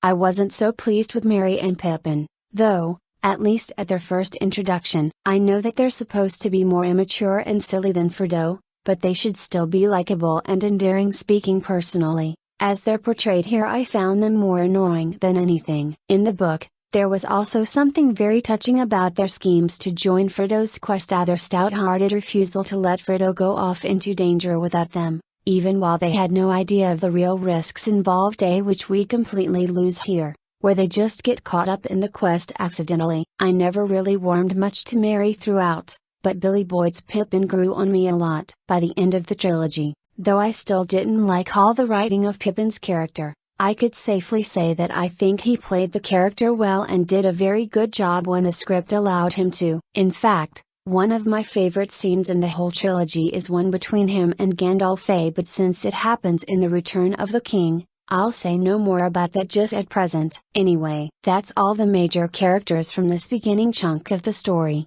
I think unless you count Rosie Cotton, it was probably a good decision to introduce her existence here instead of waiting until almost the end of the story as was done in the book. I'm not sure how I feel about their explaining the ring's entire backstory at the very beginning. I'm not immensely annoyed by it, but I don't see how it serves the story any better than if they had waited and told the essential information as flashbacks when Gandalf explains it to Frodo. In fact, I think it makes the suspense a lot higher if you don't have any backstory at first, and are wondering for the first 20 minutes of the movie what on earth is the deal with this weird magic ring, rather than being able to complacently say for the first 20 minutes, of course, Frodo has Sauron's ring. Surely Gandalf should have figured this out by now. Similarly, I saw no need at all for us to see Gandalf searching through the old manuscripts in Minas Tirith to find out the truth about the Ring of Broken Bar again. I think it adds more to the suspense if you're left in the dark about where Gandalf is and what he's doing until he comes back. In any case, the unexpected party part was all fine. I'm glad they kept in the proud feet line, and Bilbo's "I don't know half of you half as well as I should like, and I like less than half of you half as well as you deserve" line, and the bit where we see Bilbo telling the Hobbit children about some of his adventures from The Hobbit was pretty cute. Bilbo and Gandalf's fight about the ring was pretty good, too. I especially liked the shot with Bilbo slowly tilting his hand to let the ring fall, and how very heavy it looked. sounded as it landed. Also not really relevant to this part in particular, but I might as well say it here as anywhere the technical wizardry behind making the height difference between the hobbits and men was very well done. Some of the green screen was a little shakier, but this was pretty early days for good green screening, so I can cut them slack, as mentioned in passing earlier. While I can understand the decision to cut out all the years passing before Frodo leaves the Shire just for story condensing purposes, I don't really like it. Frodo feels and looks very young, and lacks the maturity that book Frodo had. It doesn't majorly change the story, but it does change his character, and not for the better, in my opinion. I also really don't like that we see the confrontation with Gandalf and Saruman when it happens chronologically, instead of finding out about it when it's explained at the Council of Elrond. Again, I think it really cuts down on the suspense if you know exactly what's happening to Gandalf the whole time, instead of worrying and wondering and dreading along with Frodo. Also, who exactly made the decision that this should happen? Gandalf is giving hyperactive toddler energy here, which I don't think is quite the feel that's desired for this particular moment. So the hobbits leave the Shire, the Old Forest and Tom Bombadil and Farmer Maggot are cut out, but such is life, and we get to Bree. I like the cute detail of the separate, lower door viewer thingy in the door for hobbits. I was sadly disappointed in Butterbur. And yes, I know it's ridiculous in a story of this size to be complaining about such a minor character as Barlaam Butterbur, but what can I say? I like Butterbur. I wanted to see him portrayed right. I think Laughter just brings out this level of wrangling over nitpickiness in Peoply Broken Bar even from people like me who aren't crazily dedicated Laughter fanatics. He wasn't funny, or likable, or remotely interesting, which was all very sad. I don't see why things are fabricated in the movies in order to add humor, like Merry and Pippin being so annoying, and don't even get me started on the treatment they give poor Gimli, while the humor that's actually written into the books is removed. Butterbur is a funny character. He adds levity to this rather stressful stay at Bree. Let him fulfill his purpose. And now we meet Aragorn. Truth be told, I'm not fully satisfied with Viggo Mortensen as Aragorn. He was just plain too young, for one thing. Though Aragorn of course should not look like he's in his 80s, he should be seasoned, mature, well-weathered. You should be able to imagine, looking at him, that he's spent years in the wild and slept countless nights on the hard ground and suffered through unimaginable hardships. He also needs to have an undefinable gravitas and air of authority, a certain kingliness, even before you know who he is. That I just didn't feel. Viggo did a fine job, and I think was not at all a bad choice for the part, but he couldn't truly be Aragorn to me. To be fair, I think it would be very hard to find an actor who could properly be Aragorn, story-wise. I think we needed more time for the hobbits to be convinced to trust him. They made the decision in a foolishly short amount of time, but I get it. Time restraints and all that. Trying to trick the audience into thinking that the Nazgul were actually sparing the hobbits' beds annoyed me. It had absolutely no purpose story-wise, and so felt like it was just a cheap grab for attention. Moving on to Withertlepa Broken Bar, the location for which was quite cool. This bit was well done on the whole,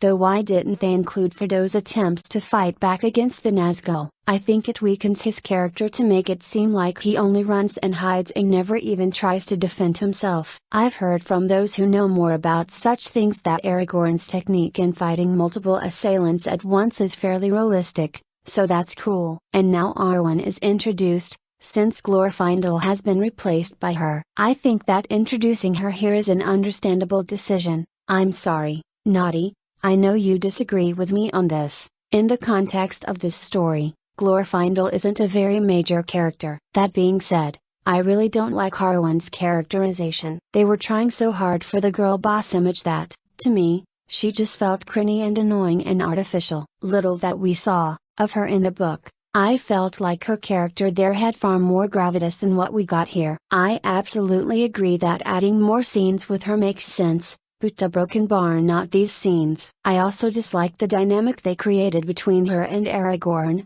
in which Aragorn needs Arwen's help to overcome his self-doubt. I understand that they wanted Arwen to feel like her own character and Aragorn's equal, but I think they already felt like equals in the original story. In fact, They feel less equal here. It seems like they're trying to make Arwen superior to Aragorn. Not to mention that Aragorn isn't supposed to be constantly riddled with self-doubt. He is humble, absolutely, and he has the moment of indecision sometimes, but he is fully aware of his identity and doesn't need Arwen's constant reminding to know who he is and what he needs to do. Also, the mushy-gushiness of their scenes together was a bit much. Both characters are far too mature to need to be smooching every 10 seconds. In any case, Arwen gallops off with Frodo, does her whole come at me, bro thing to the Nazgul once she's in the river, drowns 'em all. See, I did find her grief over the ailing Frodo quite touching. Then we're in Rivendell. Hooray! The location,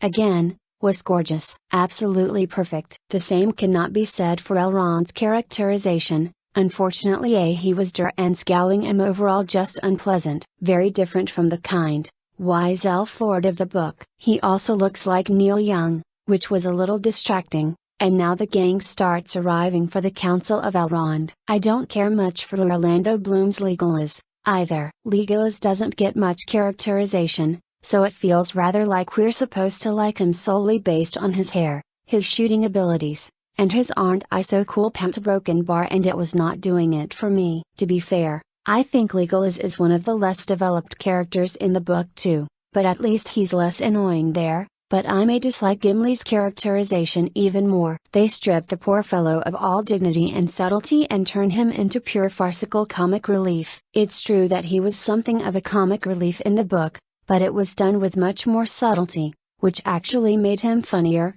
in my opinion, and it was also not the be-all and all of his character. I think John Rhys Davies could potentially have made a very good Gimli with different scripting. They make him look very Gimli-ish, and I was impressed with his acting in the 1989 Great Expectations, so it seems like this is more of a screenplay problem than an actor problem. Sean Bean's Boromir was exceedingly good, though one of my very favorite characterizations in the trilogy. He felt very complex and layered, and I think he did a great job of getting across both Boromir's flaws and virtues: his bravery, loyalty, desire for uprightness, but also his overconfidence in physical power and overconfidence in himself and his own people. You couldn't fully dislike him or fully trust him, which is a perfect playing of Boromir's character. I don't know why they had to handle the council itself the way they did, at changing it from a bunch of mature people having a conversation to a bunch of immature people shouting at each other. It comes down,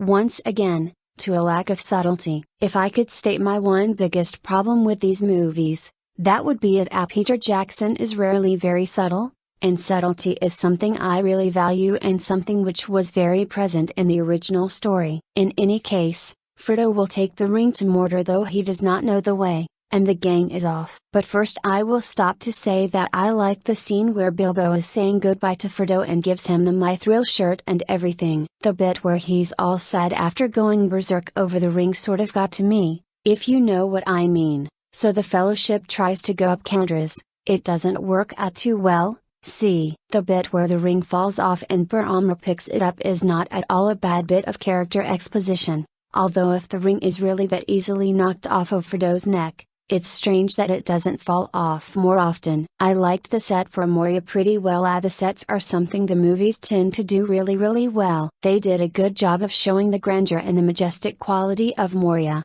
at the main levels, at least, which I liked. Frodo and Gandalf's little conversation as they watch Gollum snooping about was good, too. The dialogue was taken from the Shadow of the Past chapter, of course, but I thought it fit quite well in its new place. I didn't enjoy the fight scene over poor Balin's tomb so much, though. For one thing, it was interminable. I'm sorry.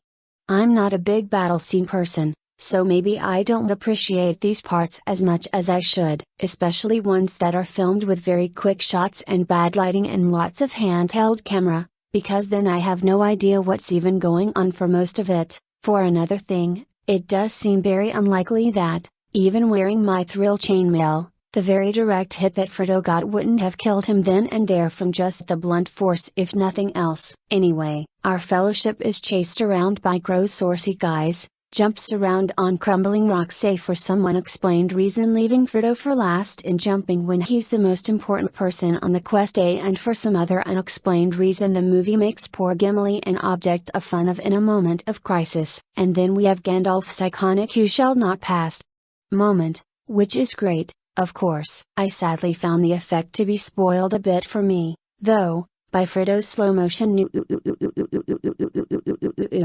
after Gandalf falls. It was so very over the top that it didn't feel genuine and I couldn't take it seriously. It's a shame, because I wanted to like this part and feel bad about Gandalf and everything, but I was taken out of the mood rather. So then Aragorn leads us off to Lothlorien, a broken bar, and this is the first set that I just didn't like. They made Lothlorien creepy, and it shouldn't be creepy. Even in winter, Lothlorien should be sunny and golden, a very pale dawn-like sort of golden. Of course there should be something indefinably ethereal about it, but it should be beautiful and enticing, a place you would really actually want to stay in. This Lothlorien was certainly beautiful, but I wouldn't personally want to stay there for longer than a quick tour. I didn't like Cate Blanchett's Galadriel either. She was also extremely creepy, and indeed gives off strong villainous vibes when we first meet her, which I don't think is right for Galadriel at all. Galadriel should be powerful and mysterious, but also unqualifiedly and obviously good. I find myself thinking of C.S. Lewis talking about the Oyarsa in the beginning of Pelandra. People may not like Galadriel,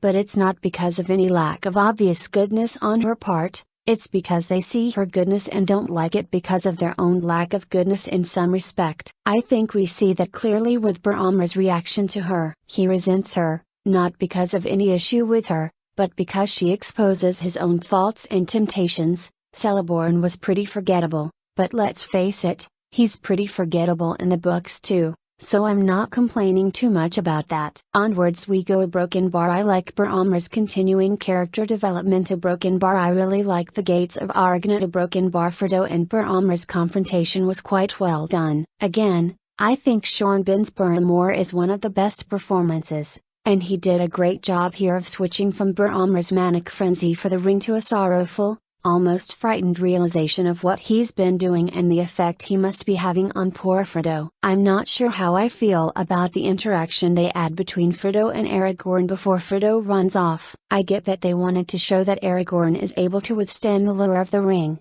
but I really don't think Aragorn would have sent Frodo off to Mordor all alone. He would at very least have urged him to take Sam along. Speaking of whom, this is just a little thing, but I disliked how drawn out they made the part where Sam is flailing underwater when trying to wade out to Frodo. It seemed like the Nazgûls spearing the beds. We thought the hobbits were in like just a cheap bid for attention. We all know that there isn't actually any danger of Frodo just sitting there and letting Sam drown. Though it wasn't book canon, I appreciated how Merry and Pippin tried to use themselves as bait to lure the orcs away from Frodo. That was touching, and showed character growth, and it was quite satisfying when Boromir came bounding in to protect them. Boromir's last stand over the hobbits was very good acting-wise, but I didn't like the slow-mo undramatic music every time he was shot. Again, subtlety. I have heard that what's being chanted at this part is Faramir's lines about "I love not the sword for its brightness," and that is pretty cool, I grant you. But I think it would have been a better directing decision to have that solemnly chanted after Boromir's death, not dramatically chanted during his death. His death was well done and properly affecting, though, even though they messed up Aragorn's line. He's supposed to say "No, you have conquered," not just "you fought bravely," which is lame and doesn't have the same heart-wrenching double meanings like it's supposed to.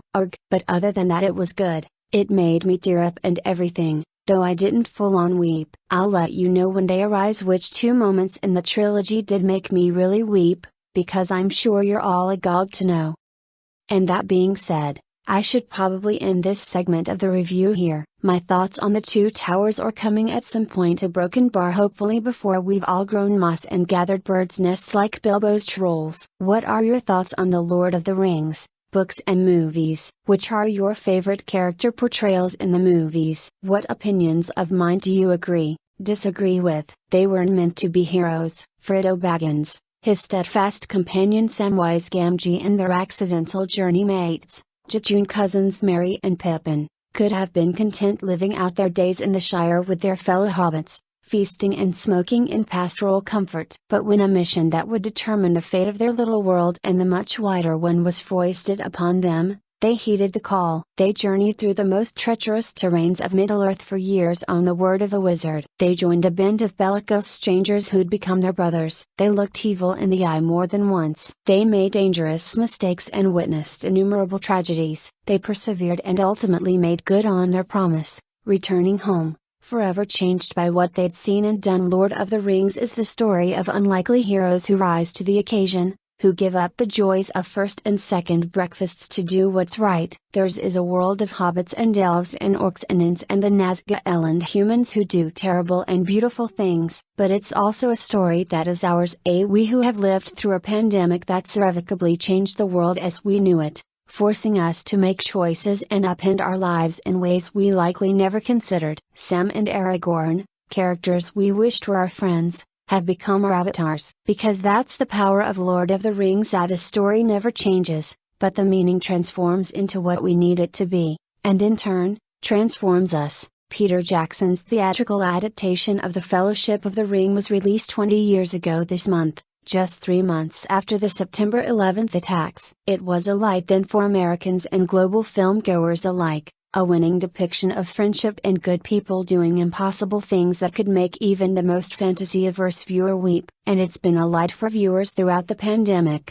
too, a soft place to land when the pain of reality overwhelms and a font from which to draw strength to keep going. The story and the characters tell the truth about what it means to be human, said Shaunist In, whose Samwise is the heroic heart of the films, in emailed comments to CNN. The journey is an immersive and complete tour through the spectrum of ideas and emotions we all share. We can't always control the darkness we're dealt. But it's like Gandalf says in Fellowship, when Frodo laments that he wishes he'd never encountered the ring and endangered his friends, so do all who live to see such times. But that is not for them to decide. All we have to decide is what to do with the time that is given us. And, as a fictional roadmap for how to live throughout unprecedented times, Lord of the Rings is one that will endure. A Latra's escapism with a purpose. Though Middle-earth mastermind J.R.R. Tolkien took his worlds and the characters within them seriously, he also intimately understood the escapist inclinations of his readers and the power of his stories to transport, inspire and save. Tolkien defended escapist fantasy fiction in his essay on fairy stories. In that essay, Tolkien stated that escapism is very practical, and may even be heroic. Readers and viewers who engage with fantasy stories aren't abandoning the real world, but preparing themselves to better face it. Why should a man be scorned if, finding himself in prison, he trusts to get out and go home? He wrote. Or if, when he cannot do so, he thinks and talks about other topics than jailers and prison walls. The world outside has not become less real because the prisoner cannot see it. In using escape in this way, the critics have chosen the wrong word, and, what is more, they are confusing, not always by sincere error, the escape of the prisoner with the flight of the deserter. Lord of the Rings fans, by engaging with the story, do for a time escape from our own world and our own troubles, but then, of course, we may also return to them better equipped to handle them, strengthened by the respite and perhaps even inspired to face the difficulties and evils that confront us, said Corey Olson, a scholar known as the Tolkien Professor for his in-depth study of Tolkien's works, and president of the nonprofit Cinema University. Tolkien started writing while recovering in a hospital bed from an illness he contracted during the Battle of the Somme in World War I. The world was wedged between wars when the first volume of Lord of the Rings was published in 1954, and the aftershocks of 9/11 were still loud when its adaptation, The Fellowship of the Ring, hit theaters. What keeps Olson returning to the story, both the books and films, he said, is what he's learned about himself and the world throughout his life. The lessons the characters impart, he said, have been a major part of the fabric of my worldview since long before I understood what that means. I have learned as much about life, about doing the right thing, about facing adversity, about interacting with others from Tolkien than I have from almost any other source, he said. Viewers discovered a Latra for the first time or fell deeper in love during the pandemic for all the series' acclaim, It took a pandemic for some would-be fans to finally enter the fantasy world they'd long been encouraged to visit. Olivia Simone, a voracious reader who hosts the YouTube channel I Love You Simone, spent part of the pandemic finally dusting off the unread books on her shelf, including Tolkien's works, and then watching their adaptations to compare. She wanted to finally understand the memes she'd been seeing everywhere. I remember when it was impossible to escape variations of Sean Bean's Boromir saying one does not simply walk into Mordor, and so she read The Hobbit, a prequel novel that follows Frodo's uncle Bilbo in his own dalliance with the One Ring, and Gandalf, and The Lord of the Rings, and then watched all 6 films based on the books. She and her sister plopped down on the couch and devoured the extended editions of the movies, filmed their reactions and posted them on her channel. The verdict: she loved them. The characters and locales she visualized while reading were brought to life immaculately in the film, she said in her YouTube review. But what affected her the most was the unsinkable friendship between Sam and Frodo. Even when the ring's corrosive power starts to wear down his dear Mr. Frodo, Sam is his staunchest supporter,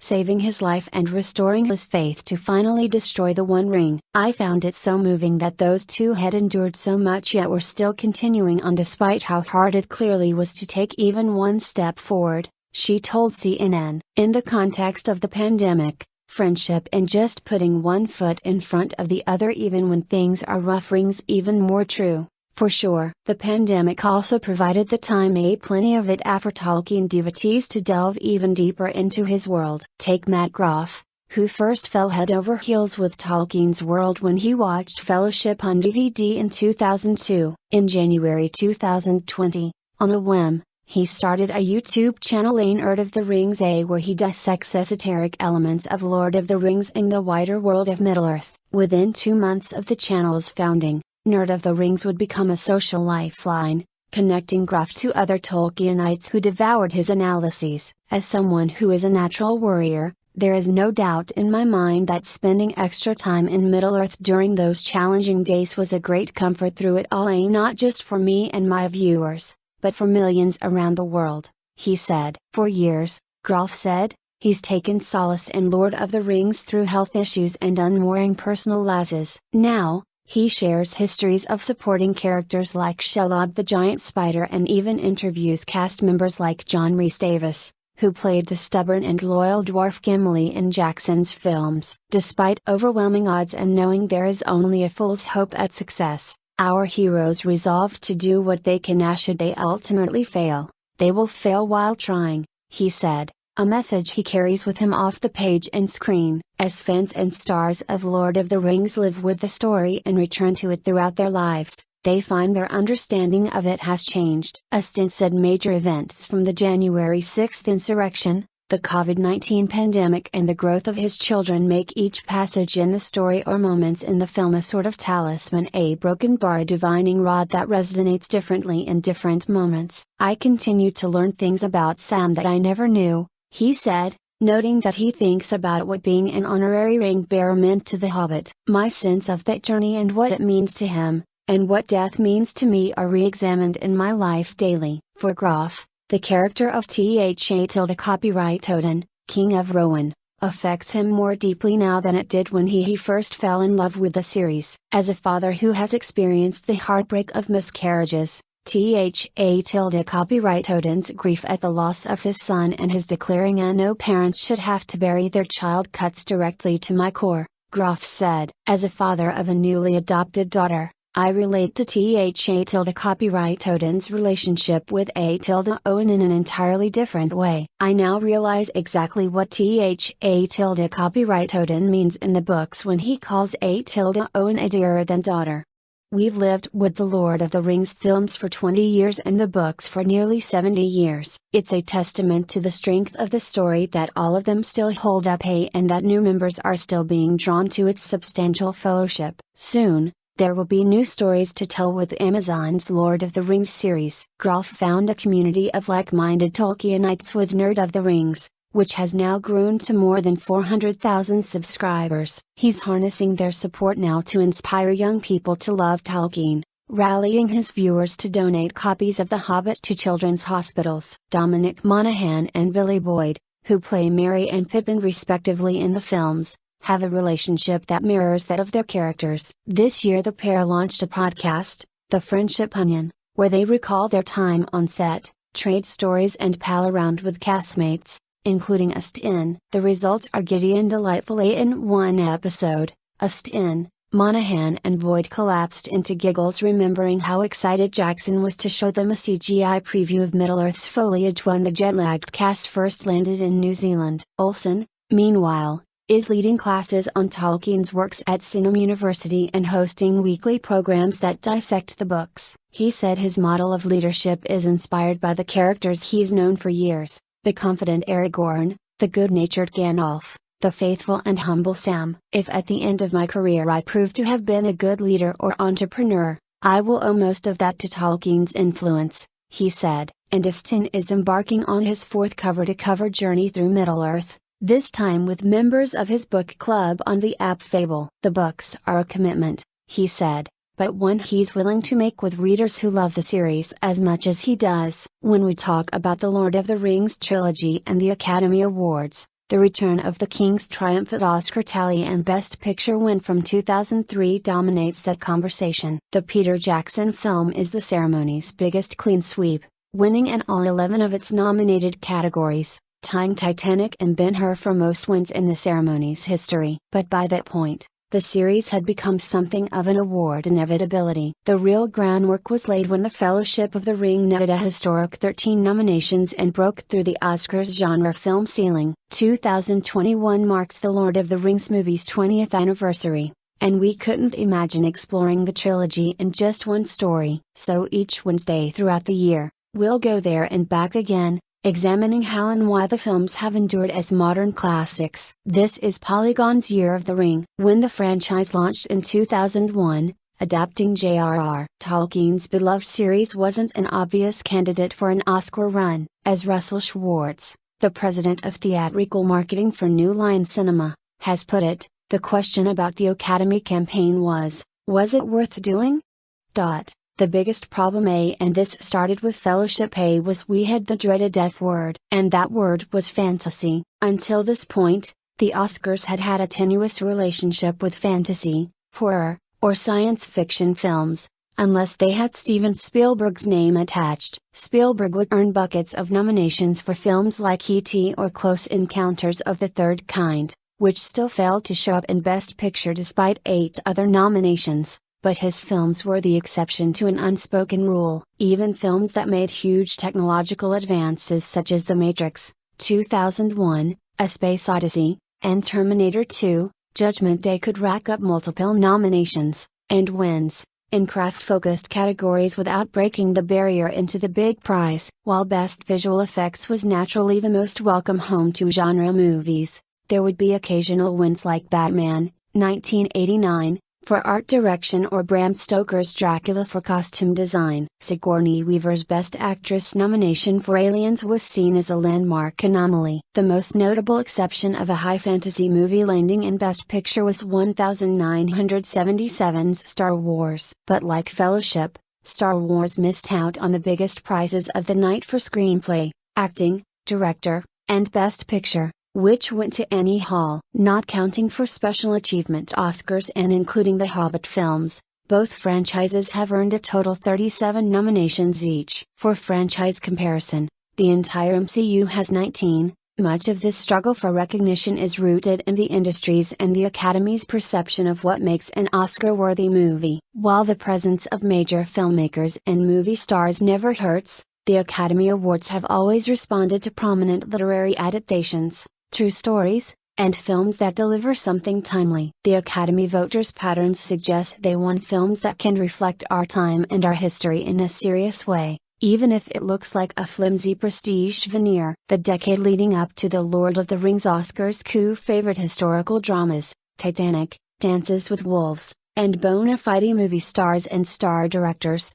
Forrest Gump, Unforgiven, even more than today. What helped set Fellowship aside was Jackson's ability to produce something that delivered what the voters gravitated toward, regardless of genre distinction. As soon as critics invoked names like David Lean and Francis Ford Coppola to describe Jackson's achievement, the series was recontextualized from its blockbuster purpose. Jackson hadn't just made an adventure with goblins and elves, he had made something on the wavelength of Oscar legends like Lawrence of Arabia. Best Picture was already trending toward favoring large canvas films, with a previous decade of wins that included Titanic, Schindler's List, The English Patient, and Braveheart. Gladiator was praised for reviving the corpse of swords and sandals epics like Ben-Hur, cementing Oscar's nostalgia for big picture filmmaking of a certain scale. With Fellowship, Jackson and his collaborators unleashed that grandeur. The film's scope had an effect both timeless and timely for audiences and voters. Despite perceptions on the limits of the genre,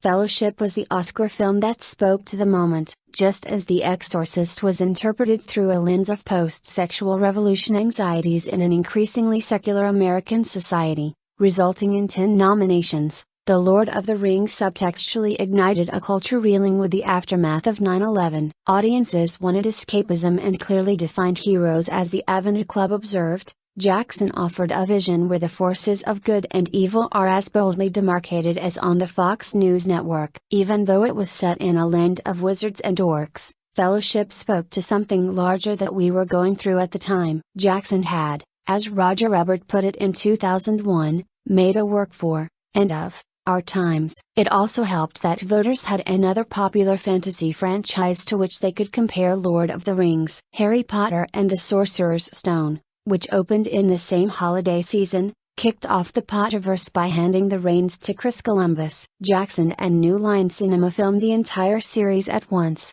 a higher risk that Hollywood was more likely to reward if it paid off. The reviews were hosannas for Middle-earth and passive respect for Hogwarts. The Wall Street Journal noted the difference, giving Lord of the Rings to an idiosyncratic filmmaker like Mr. Jackson was surprising corporate behavior, to say the least, in contrast to the resolutely conventional choice for another recent film involving wizards. Sorcerer's Stone earned 3 nominations to Fellowship's 13, and went on to never win an Oscar. Other Potter movies earned nominations, but never won. The Fellowship of the Ring was also perfectly placed in 2001's Best Picture lineup to diminish potential fantasy film pushback. Opposite the idiosyncratic observation of Robert Altman's Gosford Park and the claustrophobic intimacy of In the Bedroom, Fellowship's massiveness was undeniable. But Baz Luhrmann's Moulin Rouge was also nominated, a highly divisive film whose audacity and strangeness positioned Fellowship as the safe option in line with the Academy's stodgier taste. The only thing that could beat the film was typical Hollywood politicking and Oscar strategy,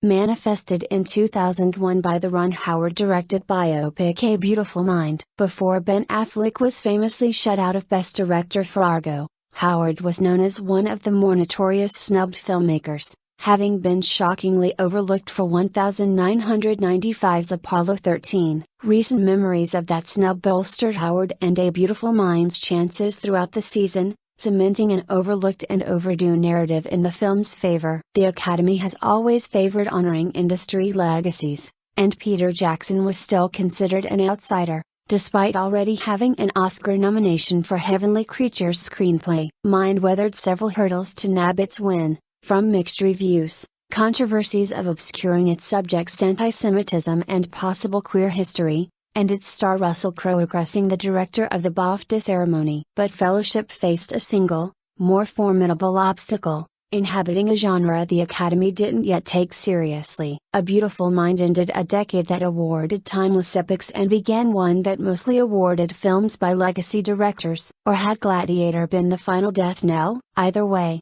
blame Russell Crowe, Fellowship would still win 4 Oscars, and the following year's underwhelming showing for The Two Towers, 6 nominations with Jackson shut out of Best Director, would be blamed on the Academy already eyeing the trilogy's finale as the place honor the entire series. In 2003, The Return of the King proved such theories correct with its historic Oscar showing, shattering conceptions of genre's limitations. As the New York Times wrote, it seemed to represent Hollywood's soaring ability to create fantasy for the screen, but also seemed an emblem of a time when a conflict-ridden world was being reflected in Hollywood movies, as the original books seemed a reflection of the last World War and what followed. In the years since, Oscar has yielded such Best Picture nominees as The Shape of Water, which tied Fellowship's 13 nominations for the most for a fantasy film, Black Panther, and Avatar. Even if all genre biases haven't been broken, The Fellowship of the Ring changed the Oscar landscape forever. Prime Video is taking fantasy lovers back to Middle-earth in the new series The Lord of the Rings,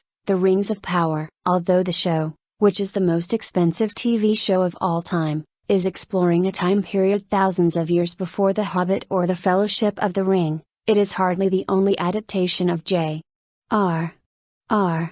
Tolkien's world. There have been several movies based on Tolkien's works, and some are better than others. Which adaptations are precious to us? Which one is the worst, and which adaptations of Middle-earth are in the middle of the pack? For this ranking, we'll be looking at 9 titles, one for each of the Nazgûl. All 3 of Peter Jackson's The Lord of the Rings movies are in the running, as are all 3 of his The Hobbit movies. The animated 1977 Rankin-Bass adaptation of The Hobbit is a contender, as is the studio's 1980 take on The Return of the King. Finally, there's legendary animator Ralph Bakshi's 1978 The Lord of the Rings. The Rings of Power will be added to this list once the season is over, as it feels premature to place it after only 2 episodes. There have been a few Nordic or Soviet Tolkien adaptations, but we're sticking to English language titles only. Let's get to the ranking. The greatest adventure is what lies ahead. To paraphrase Bilbo Baggins,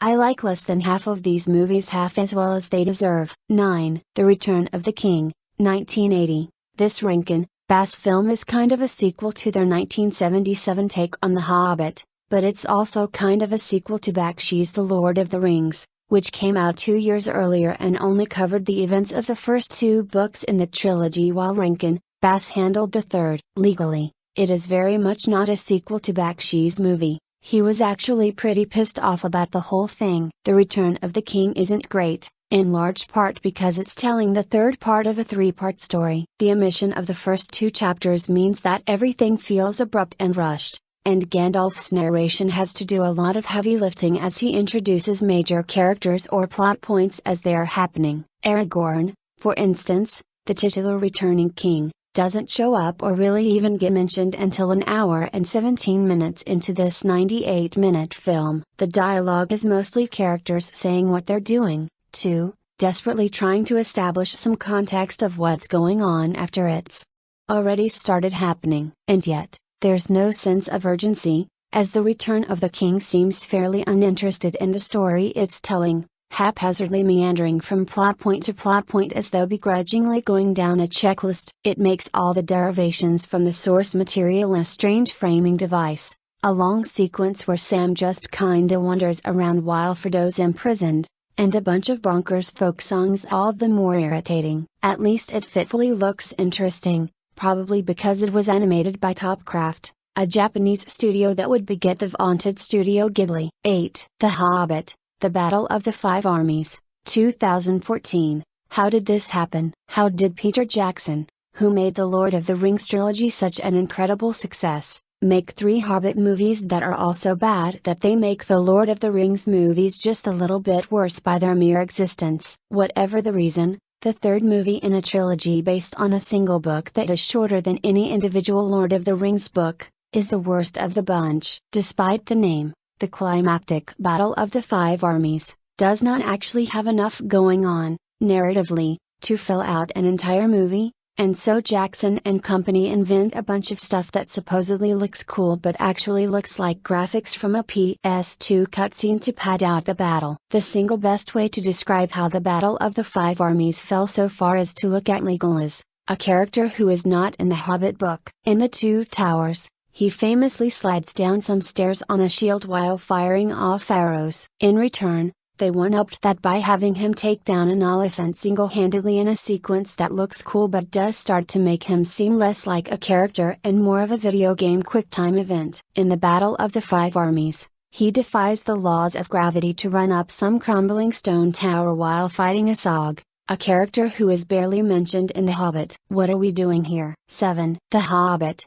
An Unexpected Journey, 2012. You can see the promise in the Hobbit movies in An Unexpected Journey. Howard Shore is back, and his lonely mountain leitmotif is instantly iconic as anything in the original trilogy. The sequence between Bilbo and Gollum is perfect, and it does feel good to be back in the world of Middle-earth. The problem is that the charming, quaint world of the Hobbit's Middle-earth is apparently no longer good enough. That's why there needs to be all these padded out additions, like a SOG and some framing devices featuring Frodo that lay it on really, really thick. Also, these movies just look worse than the Lord of the Rings films despite being made a decade later. You can chalk a lot of that up to an over-reliance on CGI. The original movies used it, relatively, sparingly. Gollum, an all-CGI character, was a marvelous technological breakthrough that still holds up today. A SOG, meanwhile, doesn't feel like a real character, and not just because he essentially isn't one.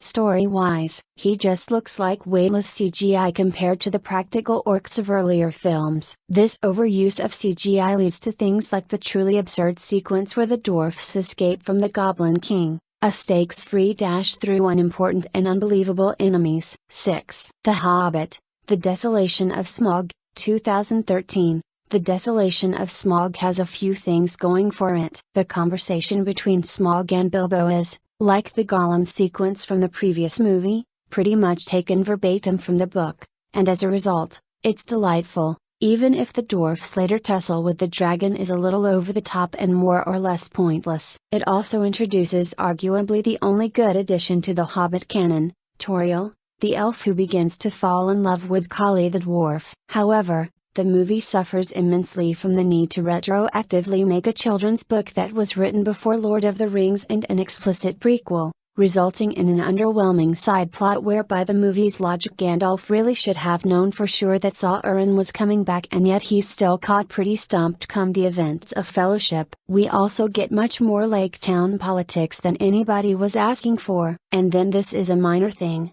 but despite Jackson being dead set on shooting and releasing his Hobbit movies in 48 frames per second, there are a couple of moff shots when the dwarfs are escaping in barrels down the river that are obviously pixelated because it seems pretty clear that they just slapped a GoPro onto a barrel and let it trip. 5. The Lord of the Rings, 1978. To Ralph Bakshi's credit, he wanted to fully adapt all 3 of Tolkien's books, but a 3-movie plan became 2 movies and the second one, which would have covered the Return of the King, never made it out of the Shire, so to speak. The Lord of the Rings, therefore, is an incomplete tale that covers the Fellowship of the Ring and the Two Towers at a pace that's breezy at best and rushed at worst. It's still effective, though. While some characters say especially anybody who isn't in the Fellowship don't get much in the way of screen time or development, Bakshi is largely faithful to Tolkien, and specific moments or lines pulled straight from the text are as effective in this truncated telling as they are in the original. It also looks wild in a way that's a mixed if ultimately admirable bag. Bakshi was a big fan of rotoscoping,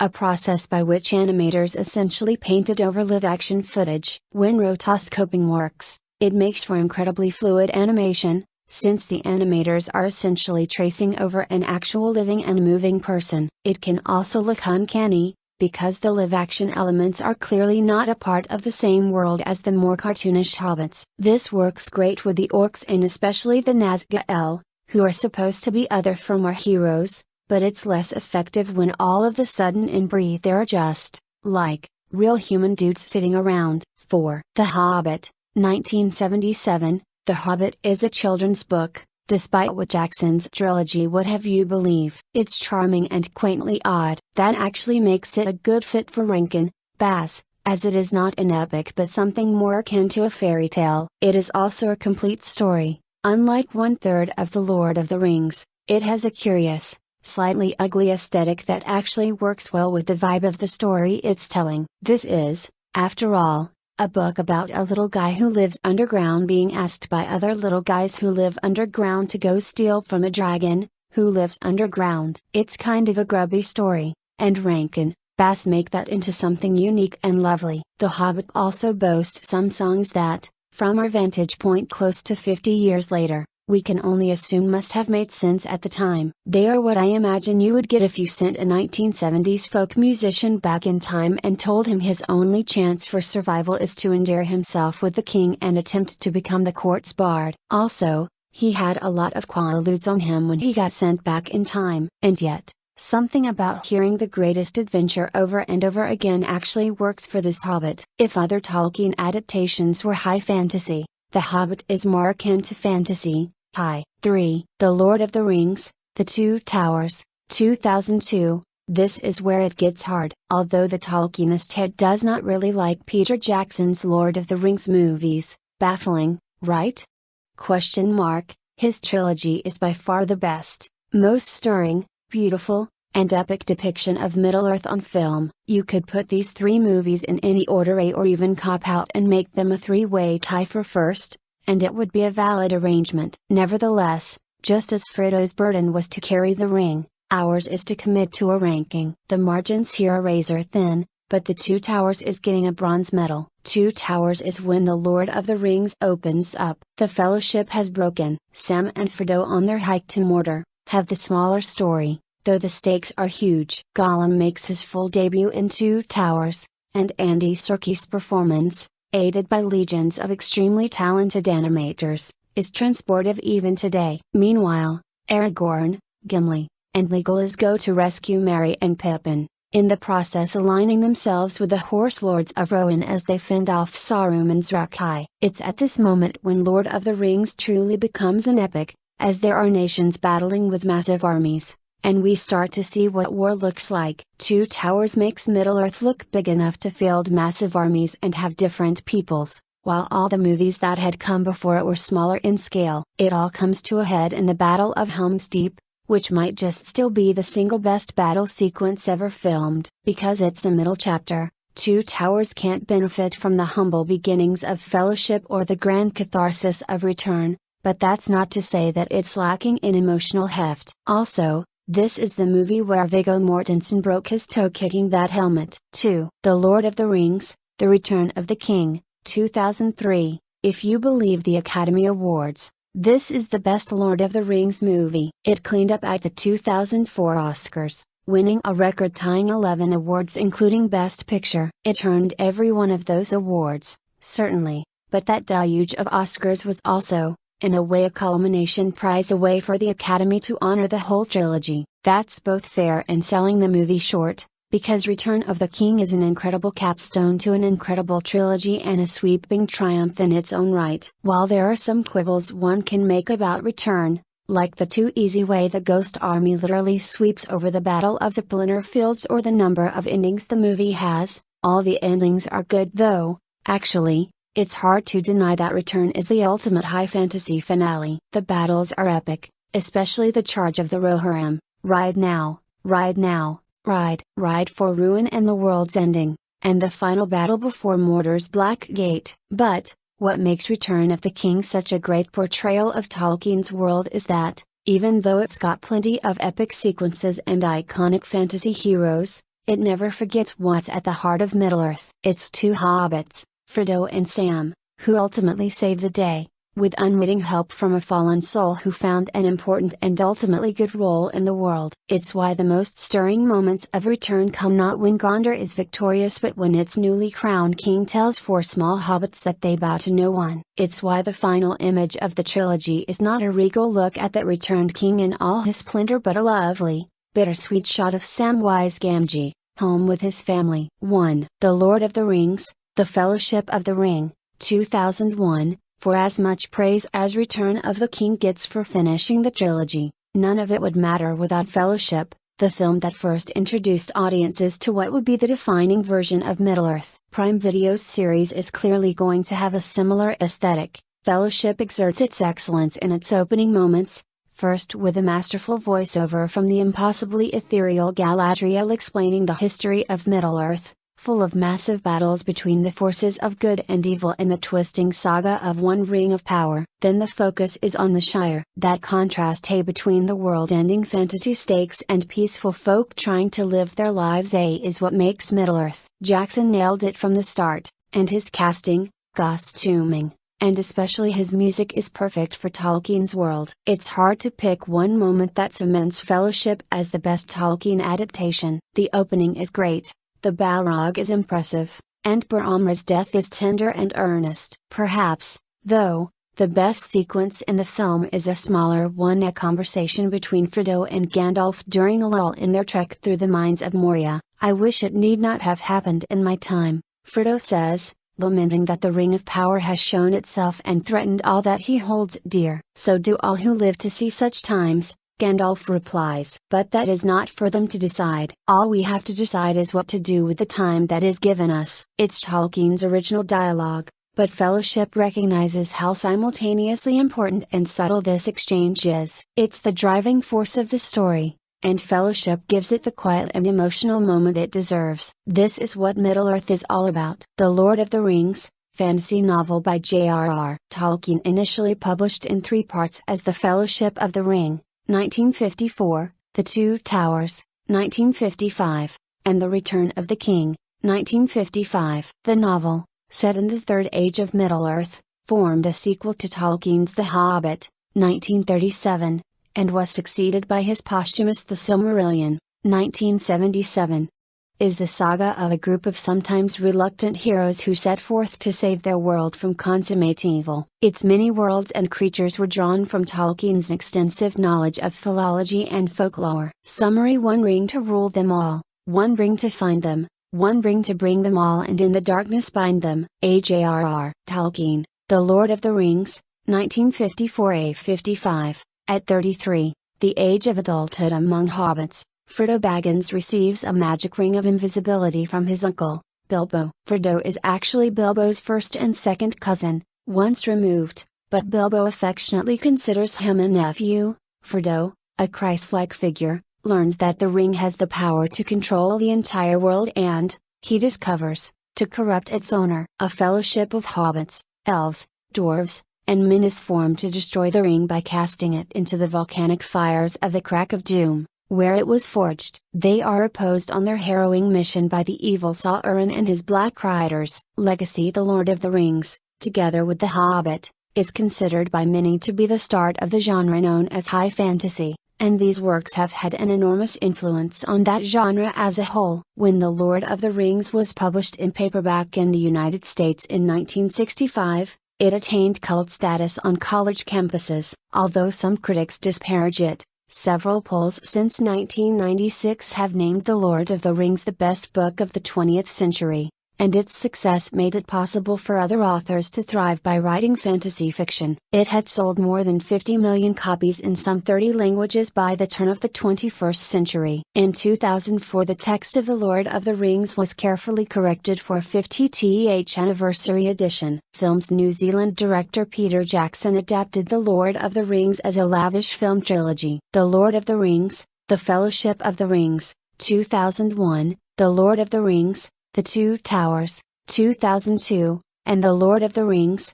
The Return of the King, 2003, were highly successful, both commercially and critically. The third film won 11 Academy Awards, including Best Picture and Best Director.